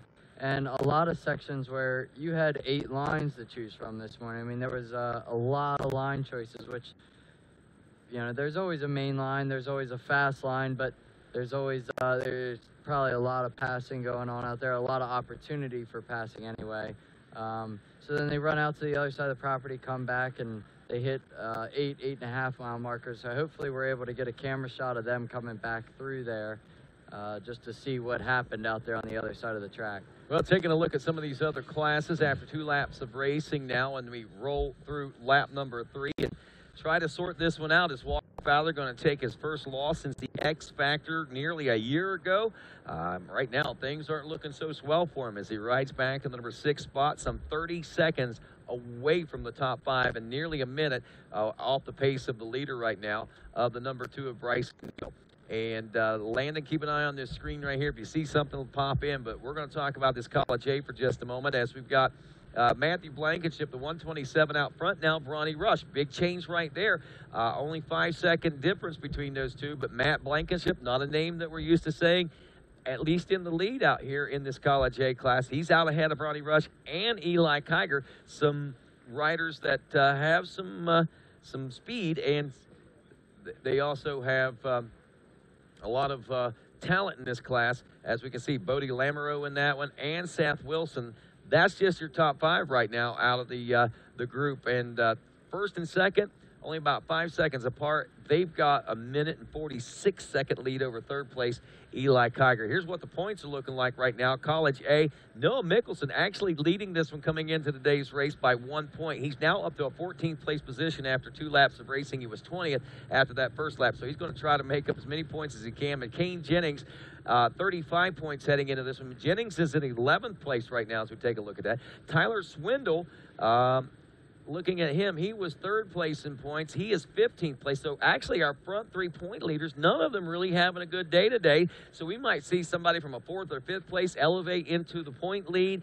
This is going to make the championship kind of exciting for this class, I think. Yeah, this is a good opportunity for Ronnie Rush to redeem himself. He had an issue at round 1 that ended up 15th, 16th place in his class. And that's why we don't see him in the top 5 right now. Exactly. I mean, he's definitely a front runner in this class, but he had that issue. So, you know, I'm sure he's hoping he can continue to run a good race and have those guys that are leading the points end up in the back. But Davis Brinson, 18th place position. So yeah. Ronnie Rush has got the gimme going on there today, boys. Yeah, he sure does. I mean, he needs to stay calm, cool, and collected, and like you say, capitalize on this. This is a golden opportunity for him right here. Fear in the beer, the Junior A 22 plus class. Millfield, Ohio's Levi Cohen now 10 seconds ahead in this class over the 189 of James Maugher Jr. from Williamstown, New Jersey. Another 12 seconds back to 355 of Bruce Weiland out of Ranshaw, Pennsylvania. Josh Haney, the 403 from Upper Black Eddy, Pennsylvania, is 4th. Michael McAvoy rounds out the top 5 out of Chester, West Virginia. And wow, Levi Cohen to the front of the pack on this one. This one's pretty cool. Yeah, I mean, Levi Cohen's obviously putting a good race together here. The beard must be working out for him, but here we have the Junior A point standings, and look where do we have Ben Danner in the lineup here? Ben Danner right now, so look down. Here, 18th place in his class, so this is, just like we were just saying, this is Levi's opportunity to capitalize, take over the points lead. Yep, and there's Zach Wright, Josh Haney. They're all within, Zach Wright's in the 6th place position right now. Josh Haney's in 4th. Eric Straub, who is your 5th place position holder in points heading into this 3rd round of racing. A quick glance, don't see him in the top 20. So again, able to looks like these some folks more folks should be able to capitalize there as well in this Junior A class. Yeah, one thing to take note is these A class, B class riders do have a couple throwaways. So, being that we're far in the south, a lot of people that are racing this series do live up north. They may take Florida, Georgia, or Florida off and use that as one of their throwaways. And I'm sure, like it always is, we'll roll into Steel Creek next weekend, and you won't be able to find a parking place in there. Will be so many people in there, and you know, everybody will be back in action. Most definitely. And speaking of action, Jeffrey Pickens in the action up front, 3 minutes and 7 seconds over Dustin Hendershot. How many times has that ever rolled off anybody's lips? Not very often, that's for sure. Wow, that is a monster gap. I know Jeff Pickens is fast, and I know Dustin Hendershot is fast, so Jeff's on a rail. Dustin's having big troubles, it looks like to me, and yeah, he's still in 2nd place right now. Yeah, I mean, and that could be one of those mud holes out there, and you know, the whole class could have gotten hung up in it or something like that. But Jeff Pickens obviously didn't. He's staying moving forward. Big Papa P. Dallas Goins now in the number 3 spot aboard the 409 from Westerville, Ohio. Nick Carneally, the 161. He is 4th on the track right now to Concord, Ohio, and Uniontown, Pennsylvania's Marlboro man. Todd Muscala, the 63, rounds out the top 5. And, you know, as we were looking at those point standings, these guys, I think there's maybe 1 or 2 guys, like you said, there's some throwaways in there. So we may or may not see some of these guys out here today in that Bet 30 plus class as far as point standings are concerned. 8.5 mile marker we'll be keeping an eye. Watch this TV screen right here. Let me know when leaders come out. I want to see if Neil's still out front and how close everybody is. I want to talk a little bit about the senior 840 plus class while we got the moment. But Michael Hayes, the number 40 from Rocky Face, Georgia. Here we go. Here we go. We got the leaders coming in right now in the 8.5 mile marker. Bryson Neal still hanging in there. Still got the lead. And let's just take note that he has yet to win a race. He's come really close a couple times. Not much of a gap. Chris Borch hanging in there. Jared McClure. Oh, Lord, we got a race. The two worst people in the world to have behind you. Oh, my, Chris we Borch, have a race. The master of the Borch. And then you got Jared McClure, who's been mastering the Borch himself as of lately. Yep, and then we got Adam McGill. I believe Cole Richardson was in there as well. I didn't quite get a good eye on him, but I believe Cole was hanging in there in fourth. Adam McGill, maybe 4 or 5 seconds back, somewhere in that range. Still got a good battle for that top 5, I tell you. But and it's going to be right down to the wire. When I say barn burners, I mean you might want to call 911 right now, folks. Somebody's playing with matches. I can already smell the smoke. I tell you, this could end up being a good race here at the end. Here we have Walker Fowler rolling through. Did you see how fast he moved through? Yeah, I mean, I don't know if that was fast forward or that was just actually him riding. He is rolling. I tried to get an idea of how far he was back, but with the. And right now, as we're watching these guys go through, you see all those AMSOIL banners. And AMSOIL, a huge and monumental part of GNCC racing. Here with Lane McCormick. Local dealer and representative John Coffey here with us this week. As well, the AMSOIL Garage, something new here at GNCC in 2018. And it gives riders and race fans and racers a chance, moms and dads who mechanic these machines, a chance to get a little bit of advice, maybe a little bit of help, things like that. Maybe even get your oil changed whenever you buy you some new AMSOIL. But great products over there at the AMSOIL display. And the KR4 Arrive and Ride program offers 2 mechanics to help out racers throughout the entire course of the weekend. You got any questions? You're at the track, go to the AMSOIL Garage. They'll help you. They might even show you how to do it if it's not too involved, and or tell you exactly what you need to do, and or answer any questions you may have. AMSOIL Garage, all a part of the great quality of AMSOIL, first in synthetics. Yeah, what a great company to have around with us. But all these riders out here, as many riders as we have out here, it's we do need companies like that to assist all these riders through. And we need companies like that to get us to and from the races. I use AMSOIL in my truck. I promise I'm getting, it's been a year since I've changed my oil. I'm getting a new order of it, new filter and everything. Haven't even tested it, but I think it's still good stuff. Speaking of good stuff, here we go. Let's pick it up. Here we come back into the 10.2 mile marker. Bryson Neal still hanging in there. I tell you, he looks good. He looks real smooth. But I tell you, who is also looking good, old CB4 hanging in there. Old boy's wanting a taste of that win again. But Chris, it's been forever since he's got a win. Bryson. All right, he's now, been tasting that win forever. Who's at the bigger advantage here? Who's got the biggest advantage? Who do you think wants this more right now? Oh, gosh, I don't know if I can answer that. I don't know. Put it into perspective. Look at it from Bryson Neal's point of view. You know Bryson well enough. What's he thinking right now? How bad is he wanting this? It's his first win, right? He's wanting it. He's been so close so many times, and I know he's wanting this bad. I know he's been training for it, but Chris, I don't know. I don't even know if this is right, but I almost have to say that he may have the advantage. He's got the experience, and as of, they're probably going to get the white flag, or I know they're going to get the white flag now. To me, I always like being in second at that point. I'm sure he has a line or two picked out that he's wanting to take.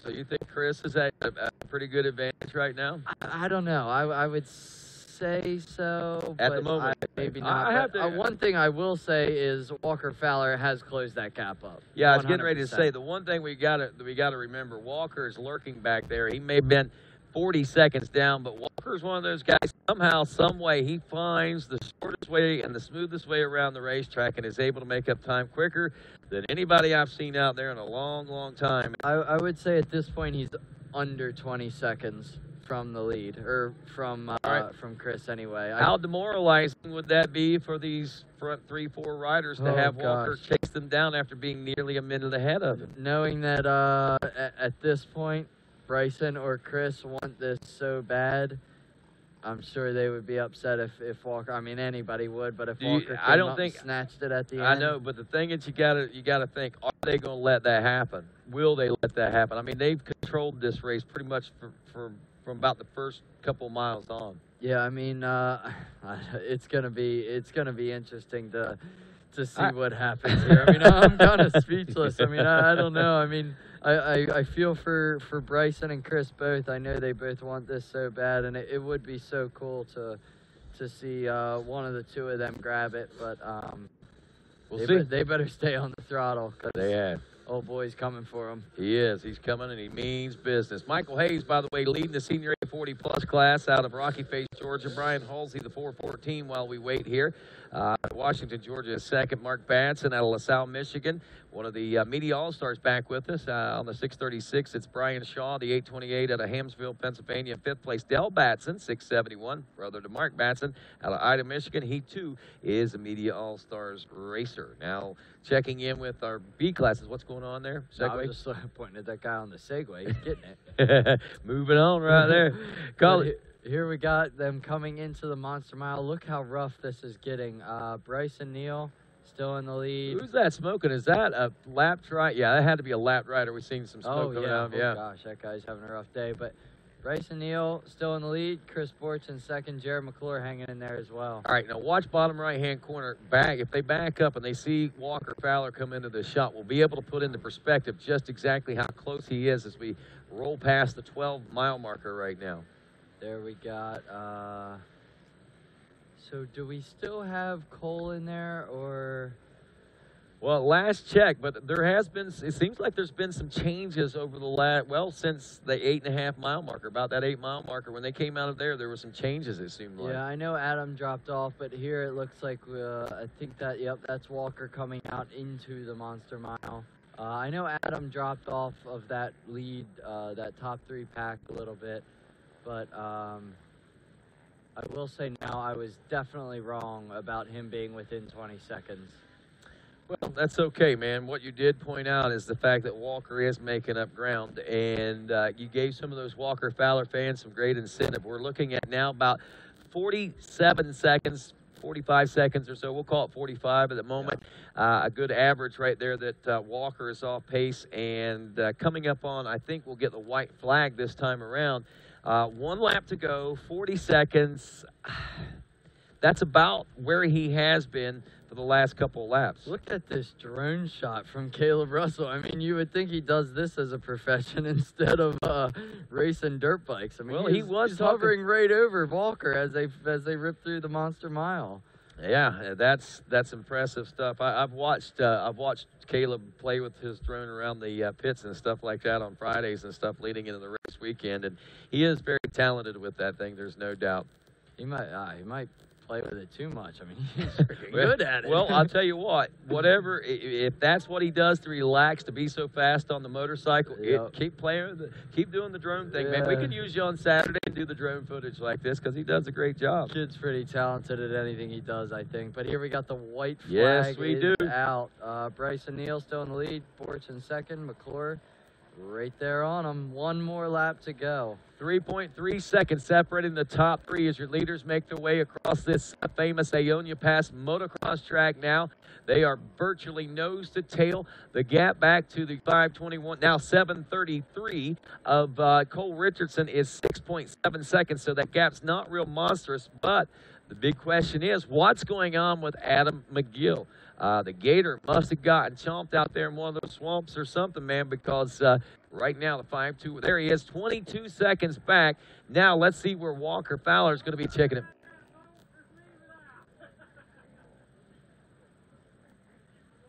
All right, so as the leaders are heading to the pro pit section right now, we're waiting on Walker Fowler to see. There he is, checking in. It was him that just came through, 17 seconds behind Adam McGill. Let's put into perspective lap times. 32.06 for Walker Fowler.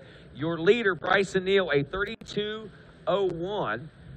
Chris Borch I think a 31:58. He just wow, Chris Borch turning the fastest lap right there. We may be getting ready to see the old Borch out of the hip pocket here pretty soon with McCord. Hey, Rodney, to jump in real quick down here on in the pit row here, Chris Borch trying hard, almost got out in front of Bryson Neal. Bryson Neal took it right back from him, so I think you're absolutely right.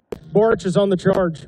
Wow, so there he is trying to make passes, and I don't think he's going for a Borch at this point. He's just going to win, man. He's wanting around that number 2. He probably feels that he probably knows we're at that point in the race where Walker Fowler is lurking back there somewhere, and I'm sure his pit crew is not telling him much different because they don't want him to slow down. They don't want to give Walker that opportunity. Yeah, here they come through the FMF PowerPoint. Still same running order, but I don't know. I have to think that Borch has a line somewhere. It's just whether or not Bryson has that same line. Right. You know, I'm sure Bryson's been looking at lines all day long as well, seeing what he can use on the last lap and how it's going to work out. Well, Bryson did spend a few years with the great Barry Hawk there at Coastal Racing, and I'm sure he picked up on a few things with Barry and knowing how to close these races. And that's one thing that Barry was working on was those closing moments of the race. And, you know, you can tell people all you want. You just got to go out and experience it for yourself. And Bryson has gotten a lot of experience. He's got a pretty good dose of it through these first couple of rounds also. Yeah, I mean, like I say, he's been so close to that win quite a few times now, but that was the reason I said Chris may have the advantage. A lot of lines out there. Chris got a lot of experience on him. All right, now let me ask you this question. Which one would it mean the most to? You got to stop asking me these questions. I don't know. Speculation on my part would be I would almost have to think that it's going to mean a lot to both, but who would it mean, who could it mean the most to in the big picture? I think it could mean the most to Chris Borch because it has been so long since he won. Bryson's got his wins coming, and he's got more of them in the future. Chris, on the other hand, is looking at the downside. Not saying he doesn't have more wins, but he doesn't have as many opportunities for wins in the future as what Bryson does. So I'm going to have to, in my opinion, I think a win would maybe be more important to Chris Borch in the grand scheme of things. Yeah, I'd say I have to agree. And for the same point, I mean, Bryson's got his whole career in front of him, and Chris certainly still has a career in front of him, but much less than what Bryson has. Bryson's got him coming, for sure. But another thing to note for me is if Chris were to happen to get the win today, it's been a long time since he's got a win. It would have to be an incredible confidence booster for him. You know, I figure he would go home and feel really good about it, as he should. And, you know, and maybe, he gets to go maybe home to train even harder. Yeah, and he gets to go home to Pennsylvania and hit some of these clay and all that stuff that we're used to here. Yeah, absolutely. Looks like we just had some of our other riders come through. Marty Christopherson, Greg Covert. Not sure if I saw Josh in there, but hey, get this, Johnny Gallagher. Johnny, let's go down to the pits with Mikey Waynes. Hey, thanks, guys. Down here with Becca Sheets on the two-wheel side of things. Former WXC champ. You actually had a chance this past weekend to speak at the Women in Racing Conference. Tell us a little bit about that. Yeah, everybody at Racer Productions, Tim Cotter and Carrie Joe, I came to them this winter, and I just kind of brought up the subject of, you know, I just wanted to see if there was something that we could do to grow, you know, the women's pro class and just women racing in general. And they put together this meeting, and we had a lot of pretty cool women there to talk to us. And, you know, we got the motocross girls and the ATV quad girls here, and we kind of just all came together, and it was just a room full of really badass chicks. And we kind of just brought up some concerns and subjects about you know, any issues that we have or things that we're lacking. We just wanted to get the ball rolling and our brainstorming about how to grow the sport of women's professional racing, because the competition is so great right now in both motocross and GNCC, and it's really awesome. And I wish there was just more to it. I want more girls to be up there with us fighting for wins, just because it's just great. It's racing, and more competition is always welcome. So it was a really cool meeting. I think there's going to be some good things to come of it. Becca, I think you're absolutely right. Thank you, first of all, for being such a great GNCC ambassador. And you heard it here, Becca calling you out, be a badass chick. Come race with them. There you go. And as we were talking there just a moment ago, Johnny Gallagher is now up to the number 7 spot. He is behind Walker Fowler. Now, I will say this. It's a 2-minute gap that he is behind Walker Fowler. But, hey, Johnny's doing some big things here today, man. I mean, I know he had some struggles through those first 2 rounds, and he had hoped to be able to pull off some big things. He wanted to be closer to the top 5. He is, in a sense, as positions. But, man, I tell you, the intensity that these guys got off to early on, it's no surprise to me that we do see a gap that big. Yeah, I mean, that's definitely one thing I noticed here at the beginning of this race. I mean, these guys came out of the gate rolling. They really were pushing hard right off the bat.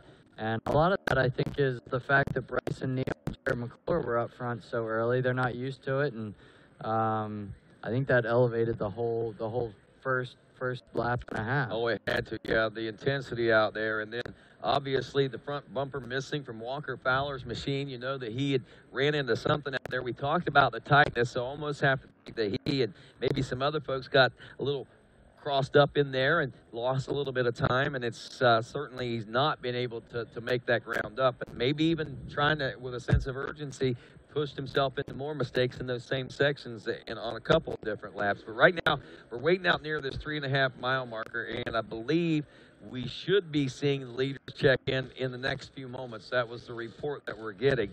And again, it's going to be the big question right now. Bryson Neal, Chris Borch, how tight are they? What about Jared McClure? Has he been able to get around them? And has Cole made up any ground out there on those guys? As he's running 7 seconds back in that 4th place position. But really, Neal, Borch, and McClure, they've got themselves a dogfight going on right now for that number 1 position. You know, McClure's just trying to get back and get some wins under his belt. Bryson Neal's looking for his first win. And Chris Borch, the winningest racer of all time, looking for win number 74 and his first win in over 2 seasons. I tell you, I mean, we got a lot of people up there that that want this win. I don't know. I mean, this is breathtaking. I mean, this is a big race. I have to say, it would be a miracle for Walker to pull this one out to close that gap. I mean, like you said, I think we had, if you add up the times, he's 40-some seconds off of the leader. That's a long ways to go in 1 lap. I'm not saying he couldn't do it, but I don't think on a track like this, I don't think that's going to happen. And he may just be in conservative mode right now, just wanting, you know, there could be something wrong with the bike. He's just wanting to finish. But and there is the big picture at the end of this, maintaining the points lead and being able to make it to the next race, yada, yada, yada. I mean, he's a smart champion as much as he is a fast champion. Yeah, absolutely. I mean, he's a true champion. He knows when to push, when not to push, and sometimes you just got to settle for what you can get. You know, it's but it is made for a very exciting race. I mean, we got 5 guys that are within a lead, or within striking distance of the lead. Yeah, that's making for some interesting stuff. Now, I think that camera shot we're looking at is not the 3.5-mile marker, but I think our leaders are out near or approaching that 3.5-mile marker. As soon as we get an update on that, we're back at the Monster Mile here watching these guys roll through here. This is some of our, I don't want to call them lap traffic, but riders in other classes out there because they may not be a lap down at this particular point. Here they come out onto the motocross track. This should be at the this here is the 3.5. And that is the leaders making their way around. That is still Bryson Neal out Look front. at them launching that stuff. They are not holding back right now. Bryson Neal, Chris Borch, Jared McClure. Got a little bit of gap back to Cole Richardson in 4th, and then a little bit of gap to 5th, which is Adam McGill. But these guys are rolling. Man. And this is good stuff right here. Chris laying well within striking distance. The one thing he's got to remember is Sneaky Snake is right behind him. The Cobra could strike soon.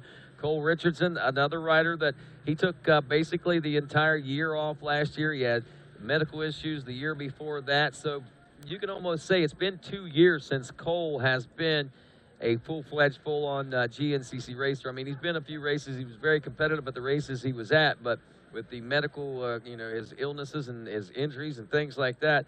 He's basically been out of GNCC for 2 years. He said he used these first couple of races to gauge himself and gauge speed, see where everybody was on endurance, and he was just going to try to take it from there. And I got to say, I'm pretty impressed with how quickly he's adapting to this right now. Yeah, I talked to Cole. I talked to Cole a good bit at the last race, and the race before that even. But talked to him and his crew, his girlfriend, his mom and dad, and they all say the same thing. He's fine. He's riding good. He just needs time, which I totally agree with, and it's totally showing here at the track. I mean, he's within striking distance of a podium, and a podium for him would be huge. Yes, it would. That would be, wouldn't be a win, but it would almost be the same. It would be a win for him. It is a massive step in the right direction. And for the program, honestly, it would be a win. Honestly, I'm surprised that he came back as fast as he did.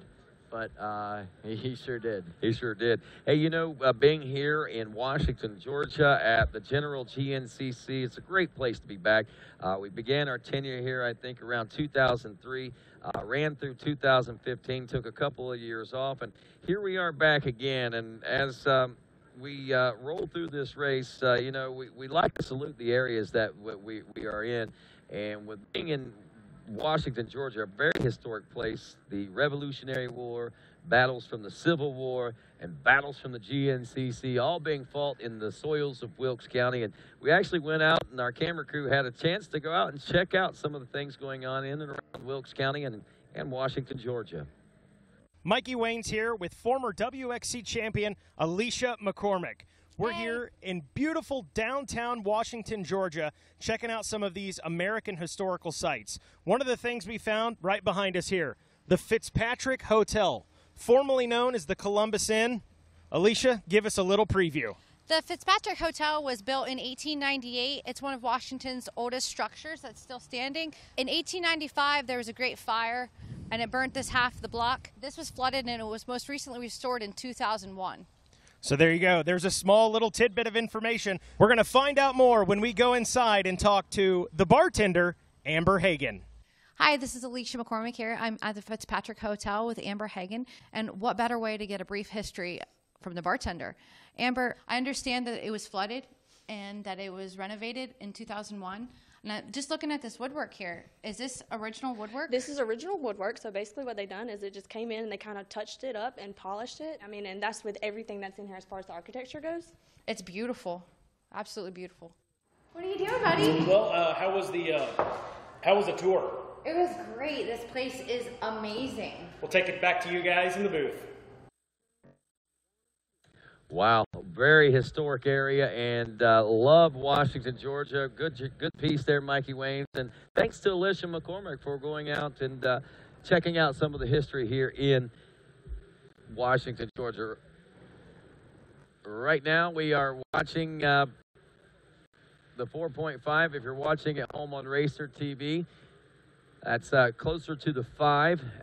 Actually, if the 5 just down over the hill, if memory serves me correct. But the big thing going on, if you happen to just be joining us, Landon Wolf, is the fact that Bryson Neal, Chris Borch, Jared McClure, Cole Richardson are rolling right now. I'm not going to call it a Cole train because Cole's the caboose right now, but we got a train rolling, there ain't no doubt. Yeah, I mean, they got quite the battle out there. I mean, that was, like you say, just short of the 5-mile marker, so we're almost halfway through our last lap. And we had some camera issues there, a little bit of a delay, but I know I saw Bryson Neal, Chris Borch, still 1-2 right on each other's bumper. I can only imagine that Jared McClure is there, and Cole not far off. It could be his day. I mean, this could be his time to shine. But like I say, I mean, even if he put it together next race, it could be fine for him. Well, you look at these track conditions right now. Earlier this morning, you know, they looked prime and perfect. Earlier this morning at 10 o'clock, they were still in good shape, but they weren't as prime as what they are right now. But, man, we had a great race whenever that one kicked off. And Landon Wolf and My counterpart here joining us right now, he had a pretty good battle on that one today, and a great race as well, as you and Kevin Cunningham sliced and diced it for that 4x4 Pro Class and overall too, if I'm not mistaken. Yep, it sure was. We had one heck of a battle. Kevin's a great rider, and I think we've really put a show on here in this 10 a.m. race. And Mikey Wayne's caught up with our winner afterwards. Down here with Kevin Cunningham, man. Kevin, 3 for 3. Yeah, got off to a good start there, pulled the whole shot. Me and Jordan Phillips banged around a little bit, and got out front early and just tried to set the pace. And Landon was riding great all day. We had a good battle again, just like at round 2. And I'd say it's going to be that way all year, and we'll see how it goes. But glad to be here up in the center of the box again, and 3 for 3. We go 4 for 4's next, right? That's the plan. That's what we're working for. All right, back to you guys in the booth. Well, he took the win this morning. Who's going to take the win this afternoon? Can we see a first-time winner? Will the winningest racer of all time pull it off, or will there be something else happen? Stick around. GNCC Live continues after this. This Racer TV broadcast is brought to you by AMSOIL, the first in synthetics. Rocky Mountain ATV MC, get ready. And by Monster Energy, unleash the beast.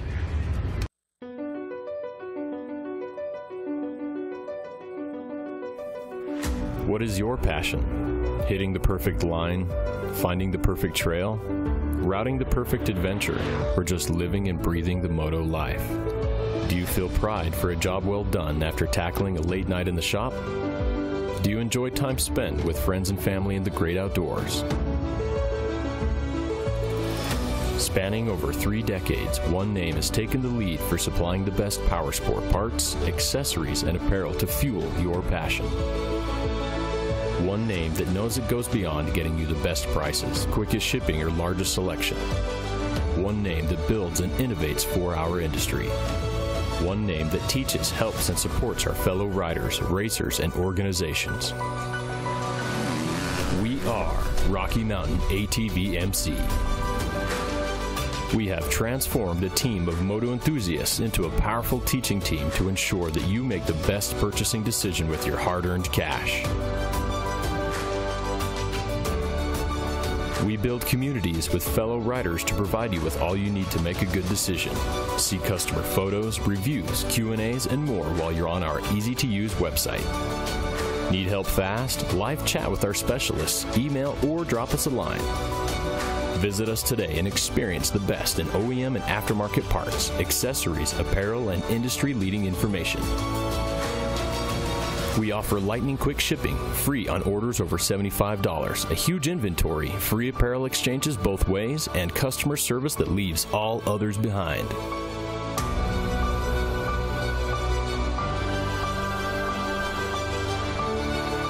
Experience one name that leads all others. Rocky Mountain ATV MC. Get ready. I'm a sore loser. I'm a sore loser. Losing is not an option for me. Be the best. The best? The best. You have to have the best equipment under the hood. That's why I only use Cometic products in my engines.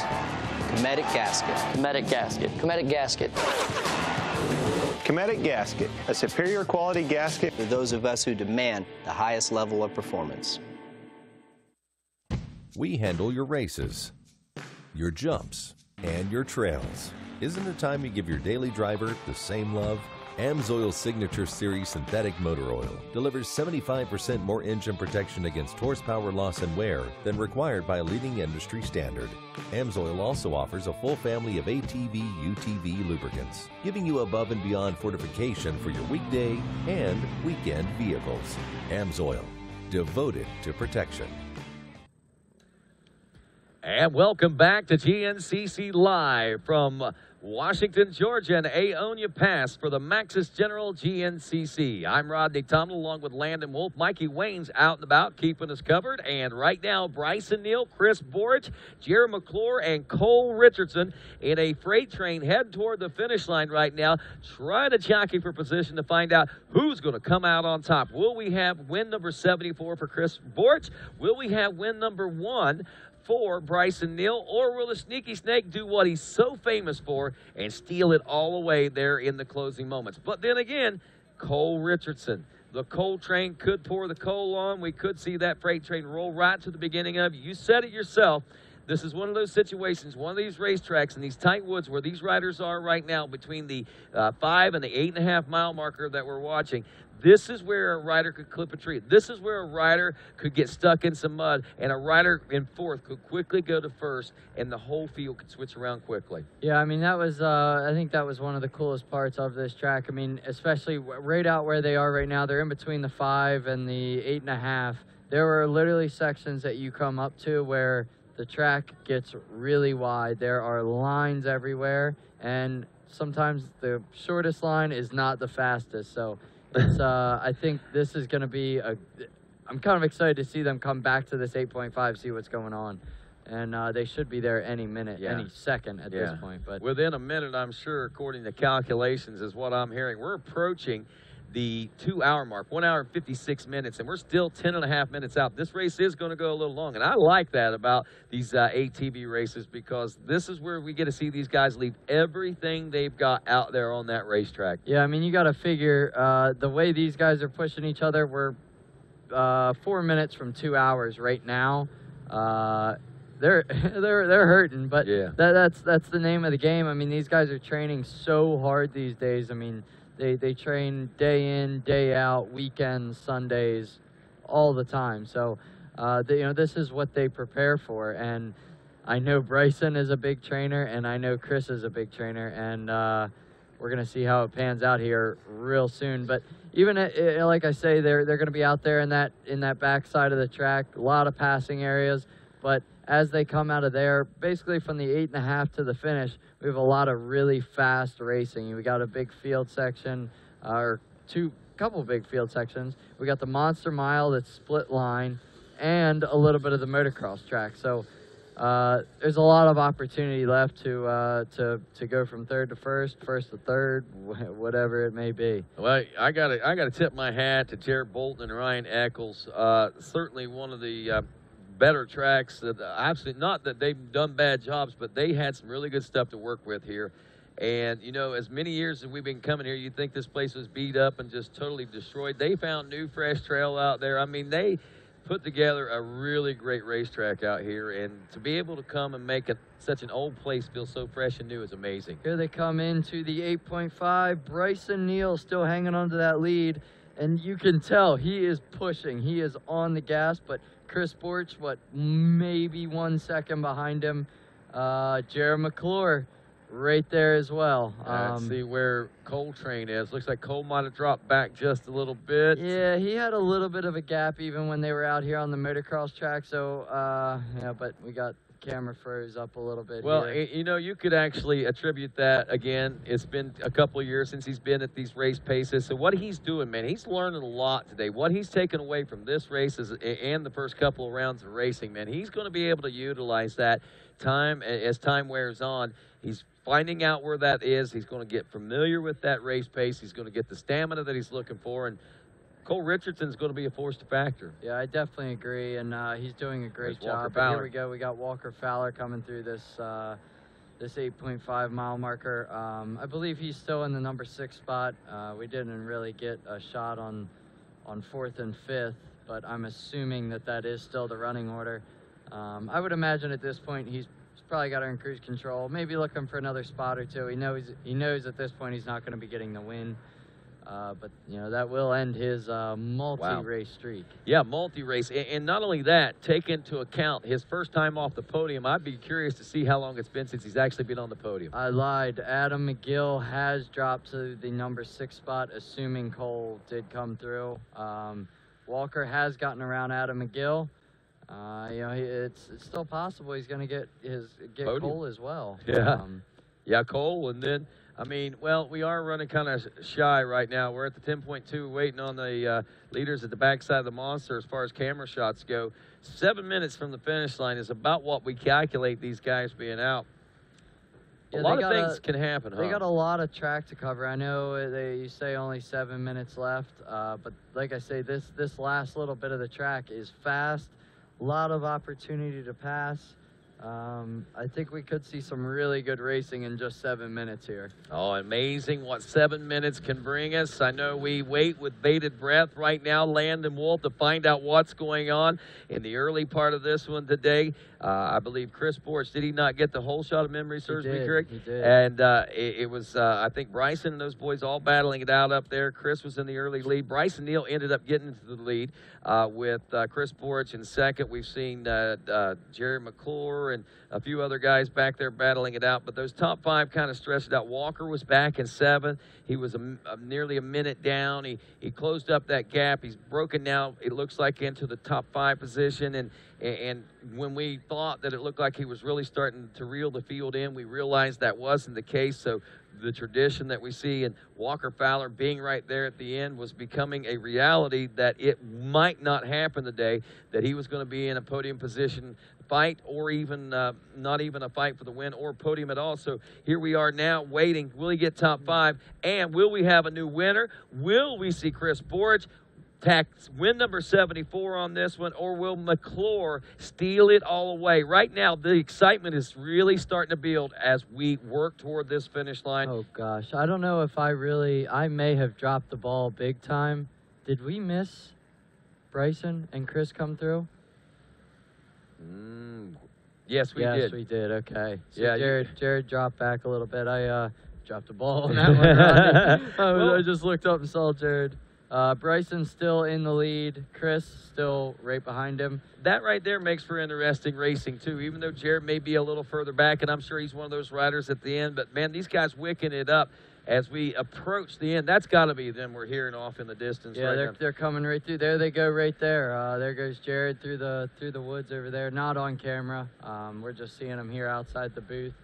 But we still got, I think, maybe a mile and a half, maybe something like that. We're about 4 minutes out. We're still gonna get to see him come through the Monster Mile, and like I was saying earlier, the Monster Mile does have split lines in them, like Supercross. Split lines. I said it this morning, and I hate to toot my own horn, but I felt change was in the air, and something different was going to happen here today. I didn't quite know what it was. I didn't know if Chris was going to be in, didn't know if Bryson was going to be in, if somebody completely out of the realm was going to be in. Devin Feehan, I didn't know if he was going to be in. I mean, we had so many questions, but for some reason, today felt different as we rolled up Pro Row through the pre-race interviews. Nothing really seemed any different about the riders, but the air felt different. The confidence in these guys' eyes, the way they spoke, you could tell that they were coming gunning today, and they meant business. Walker Fowler has not totally snowballed them to the point where they think that he is completely unbeatable yet. They believe in their hearts that they can rise to the occasion. And look at this. It looks like someone is going to do just that here today at the Maxxis General GNCC. I mean, what a race. It doesn't get much better than that. We're waiting. Here they come. Looks like this guy's cheering. Oh, no, he's cheering for that guy. But coming out into the Monster Mile here any second now. And, I mean, just what a race. I mean, this is Bryson Neal. I think he's led. I mean, he didn't get the whole shot, but led the whole thing, led every lap. Chris Borch, he did drop to third there for a little bit, got back around Jared in the pits, but it's been a dogfight all day long. Over 2 hours now as we look at the race clock. 2 hours and nearly 4 minutes. Well, 2 hours, 3 minutes and a half on that clock that we're looking at on TV. But I'll tell you, we are well over the 2 hour and 4 minute mark. Maybe here they come. Yep. Here comes Bryson Neal. Chris Borch right there pulled a tear off. Gosh, this is good racing. I mean, I would be so pumped to see either one of them win. But I'm just anxious to see him cross the finish line. So there we go. Here we go. Monster Mile action taking place. Chris Borch now starting to pick up the pace a little bit. A little bit of a mistake there. Kind of a stutter by Bryson Neal. Not able to capitalize. He is the number 4 of Chris Borch. But here we go into some more open stuff. And this is where Chris Borch may be trying to make some moves. But there's some lap traffic ahead of him. He's waving them on now. More of that Monster Mile. There it is. There's a split line. Chris Borch takes the left side. I mean, what do we have? A half a bike length? Oh, my God. Side. Do we have the pass coming on? Chris Borch, is he going to make the pass? Bryson No! Neal pulls out in the lead again. Chris, oh gosh, we are got some racing here. Chris, Wow. Side by side, bump and grind. They got together, but Neal still in the #1 spot. Chris Borch is trying to get around the #2. He is looking for win number 74, while Bryson Neal looks for his first career overall here at the Maxxis General. Gosh, well, this is a dogfight and a half. I mean, oh man, they touched quite a few times there, up beside each other in the split line. Came out of the Monster Mile. Chris Borch came around the right side of him looking for a pass. I mean, he is looking to Borch somebody today. Oh, yes, he is. All-time GNCC wins leader Chris Borch trying to put another one on that. There is Walker Fowler making his way in. He's trying to inch his way up to a podium position finish, but hate to take all the eyes off of him. We are watching right now. We're going to get some drone footage here. Going to get some of that drone footage to the finish line in this battle between Borch and, of course, Bryson Neal. Bryson Neal, your leader, the last time we saw them there, Landon. Here they are. Here they come now. They only have a couple feet into the finish line here, or not a couple feet, but very short time. We got one more straightaway. I mean, this is a race. Look at this drag race. Only a few bike lengths separated. Chris Borch is searching out lines everywhere. He's going high. He's going low. He's on the rear wheels into the chicanes now. What are we going to see? Last few turns. Will Chris Borch pull the big punch here, or will Bryson Neal take the win? Here we go. Last two turns. Side by side. Last turn, and the win goes to Bryson Neal. Bryson Neal gets his first ever overall win in GNCC. Hot on his rear wheel. Chris Borch. What a finish here at the General. Gosh, I mean, it does not get any better than that. I'm sure Chris is disappointed, but Bryson, I mean, look at his crew running up to him. He couldn't be any happier right now. I'm sure this is one of the best days of his life. Most certainly. And I'll tell you, both these riders, Chris Borch and Bryson Neal, have nothing to hang their heads about. Chris Borch, definitely nothing to hang his head about. He gave it its all. As we look at this over 2 hours into this race, I see 2 hours, 6 minutes and 13 seconds. 6 minutes and 13 seconds over a scheduled 2-hour race that normally runs about the 150, 55 range. That's about 10, 15 minutes longer. And they were racing intensely from the drop of the green flag, Landon. Absolutely. I mean, out of the gate, like I said earlier, they were pushing hard right off the bat, and it lasted for 2 hours and 6 minutes. I don't know that there was ever a time other than maybe that 4-second pit stop. That was about all they had. But we did see Cole Richardson come through in the #4 spot, Jared McClure in the #3 spot. Walker Fowler, after all the issues, still ended up a respectable 5th. I'm sure something set him back there early, but he came through strong at the end. Well, we are going to be heading down here in just a couple moments, giving these guys a chance to get themselves collected down there at the finish line. But, wow, what a battle. We saw those guys bouncing off each other coming in. I mean, that drone footage, oh, wow, way to go. I tell you, RacerTV stepping up here in 2018. May have been a little rough first round or two, but here we are, man. We're smoothing it out, and you couldn't have done it any better than what we got going on right here today in Georgia when we return here. I knew coming back here to this red clay was going to mean a whole lot, not to just me, but the entire GNCC Racing Nation, and that kind of racing right there is what makes it so special. Yeah, absolutely. We just saw Big C Neal, Chris Neal, Bryson's dad, come over, give him a big hug. I mean, I'm sure this is a moment for them. I mean, this is a big deal. I remember when they first started coming to these GNCCs as a youth rider, and Bryson, you know, he was really up on Bryson. He thought, you know, and Chris even raced back then, you know, but once Bryson started getting a little better, Dad started laying back and quit racing himself and started putting all of his efforts in. And I tell you, when Bryson hit the big bikes and went through the big bikes into the ranks, man, I mean, he was a totally different rider than what we saw in the youth ranks. A challenge as a youth rider, but not the fierce force that we saw as a College B and a College A and a Pro-Am rider, and now as an XC1 winner. Absolutely. I mean, he's been waiting for this a long time. I know it's been right there in front of him a few times, and lost it there at the end, and apparently he learned from those few times because he didn't let that happen this time. No, he didn't. Even from one of the best that it in the books, man, those last laps, the best one in the business, Chris Borch, couldn't even deny the Bidwell bullet today, man. He was straight as a bullet today. I mean, he was flying. There's no doubt about it. He was not going to be denied. Yeah, that's good stuff. I mean, that's just that is GNCC racing there. I mean, that's what it's got all you about. and I up on our feet a few times. We were screaming into this thing, but all right, looks like we're ready to go. Mikey Waynes, let's talk to our first-time winner. Well, Bryson Neal, man, first career win, and wow, what a win! Oh man, I don't even know what to say right now, man. That was the biggest battle I think I've ever had from start to finish. We was all 5 there. It was not 1 minute that someone was up on me trying to pass me. It was probably the hardest race I've ever raced, and man, it feels so good to get our first win, man. I mean, put that in perspective for us. You were up against Chris Borich, a guy with more wins than any other GNCC rider, and you got the best of them today picking up your first win. I mean, put that into words for us.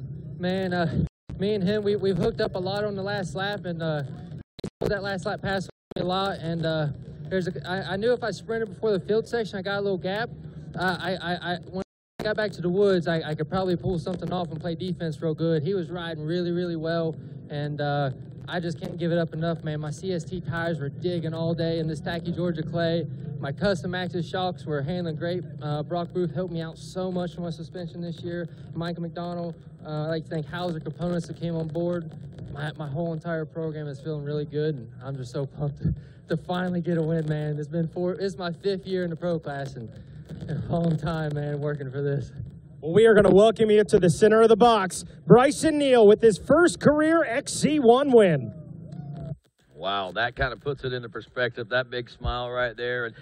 And yeah, I mean, 5 years, man, we've been waiting on this, and he's been there a couple of different times. I mean, right there in the closing moments to see it only slip away. So to have it done like it, to win one like he won today, man, you couldn't ask for a better way. Like Mikey Waynes put it into perspective for him. Had the winningest GNCC racer in the history of this series right behind him, and he was able to still best him. Yeah, I mean, even in Bryson's first year of racing the pro class, he even came close a couple times. I mean, he was 2nd, 3rd, 4th, but a couple times he was there for the win. And everybody always says experience. GNCC is a series where you need a lot of experience to learn how to win.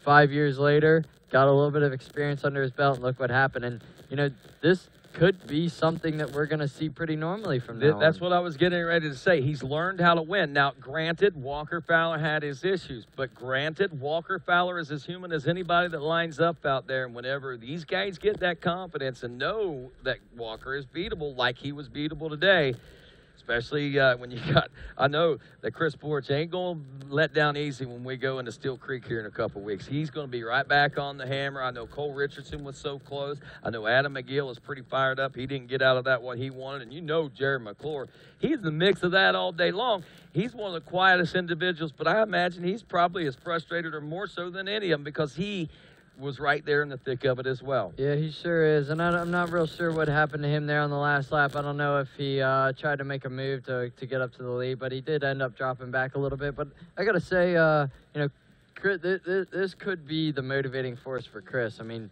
I don't know that he's tasted a little bit of the win like that in a while. Less than a second, 0.770. seconds. So, he could go home, and we got 3 weeks until Steel Creek.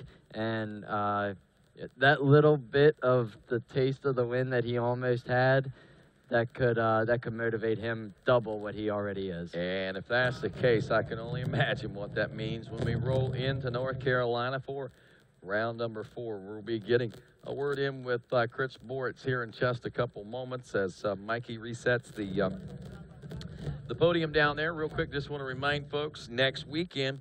All right, let's head on down to Mikey. There we go. Good timing here. Guys, down here was 2nd place finisher Chris Borich. Chris, that was a wild, wild finish. I think they just said it was just shy of a second's difference between the two of you, man. Walk us through this one. Yeah, it was a good battle all day. We got the whole shot there. Bryson got by us, and it was pretty much me and him out front all day. McClure would sneak in there. He ended up getting past me, and yeah, it was just a good battle all day, and I knew he was pushing really hard. I knew he wanted his first win. Obviously, I want my win here, and we tried everything we could the last lap. There was a couple lines that he missed, and I tried to blitz, and he was just there a little bit. And right here at the finish, we tried to come in and tried to square him up, but he ended up blocking off the corner, and yeah, ended up second. Man, we've got a couple weeks off before the next race. What kind of confidence booster was this one out there for you today? It was definitely a big booster. Everybody thought old age and just not riding really well, but today kind of proved that we still got the drive, we still got the hunger to go out there and win, and we still got the speed. So, yeah, I mean, we'll just take it one race at a time, and I feel great.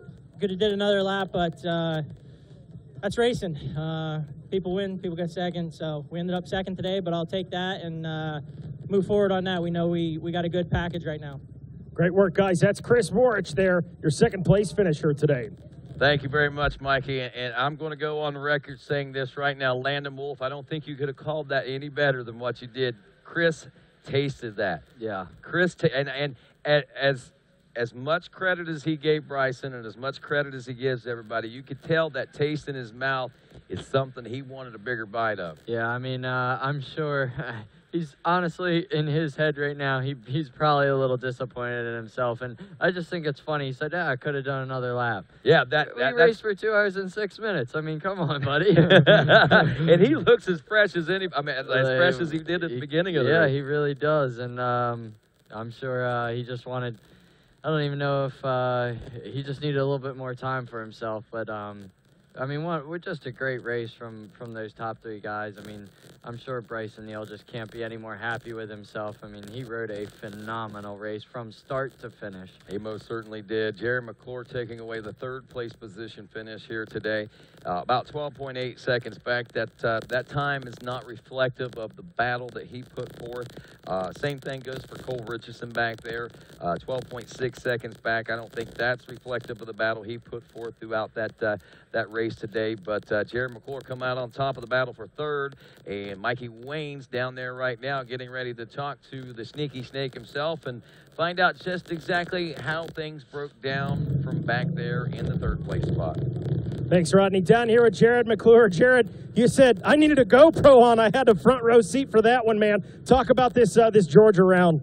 Oh, man, it was just pretty intense from the get-go. I mean, the little bit of mud, a little bit of rain made it muddy, made it a little exciting, really opened the track up. It got pretty wide. So, you know, you had a lot of options out there. And till, like, you know, Bryson, he was leading for most of the race there. Till he found the main line, we were all dicing pretty good back and forth, just taking different lines. I was like mid-pack from the start there and got up into, I think, 4th or 5th. And I seen Walker must have went for a pretty good crash because he was getting up. You know, he looked all right, but his bumper was off, quad was sideways. So I don't know what happened there. Hope he's all right. Ended up hooking up with behind Chris Borch, and I think we were around 3rd then. We were just kind of rolling. And I got my one buddy, Coyote, was out here helping me in the mud. He got me around Chris for a lap or so until we pit it. I dropped back to 3rd, and just like you said, I should have had a GoPro because I hung right behind Chris and Bryson. You know, I'd kind of get up next to them, brought Chris here and there, taking different lines, but just really couldn't get around him. Towards the end there, some lappers got between us. Man, I was frustrated, just yelling, carrying on, but you know, it's part of it. So happy with 3rd, super pumped for Bryson. I want to congratulate him, man. First win, you know, it'll never feel as good as this one. So congrats to him. There we go, Jared McClure, your 3rd place finisher in the XC1. Well, there you go, our top 3, and sitting here speculating, wondering, and curious as to really what this means to the GNCC and ATV racing in the future. I mean, you know, it's just one race that Walker Fowler didn't finish on the podium or take a win in. He finishes 5th, and we're by no means counting Walker Fowler out at this point, but what a chink in the armor. Yeah, I mean, this is probably a big day for him. I mean, just totally different than what he's used to, but it could open the gate for so many other things and so much more to see for the rest of this year. No doubt about that. Well, we're going to be back here at Washington, Georgia for more GNCC racing tomorrow on the two-wheel side of thing. Join us in a few weeks when we head down to Morganton, North Carolina for the Steel Creek GNCC. That's going to do it here from the General. On behalf of all of us here at RacerTV, Mikey Waynes, Landon Wolf, I'm Rodney Tomlin. Good day, everybody.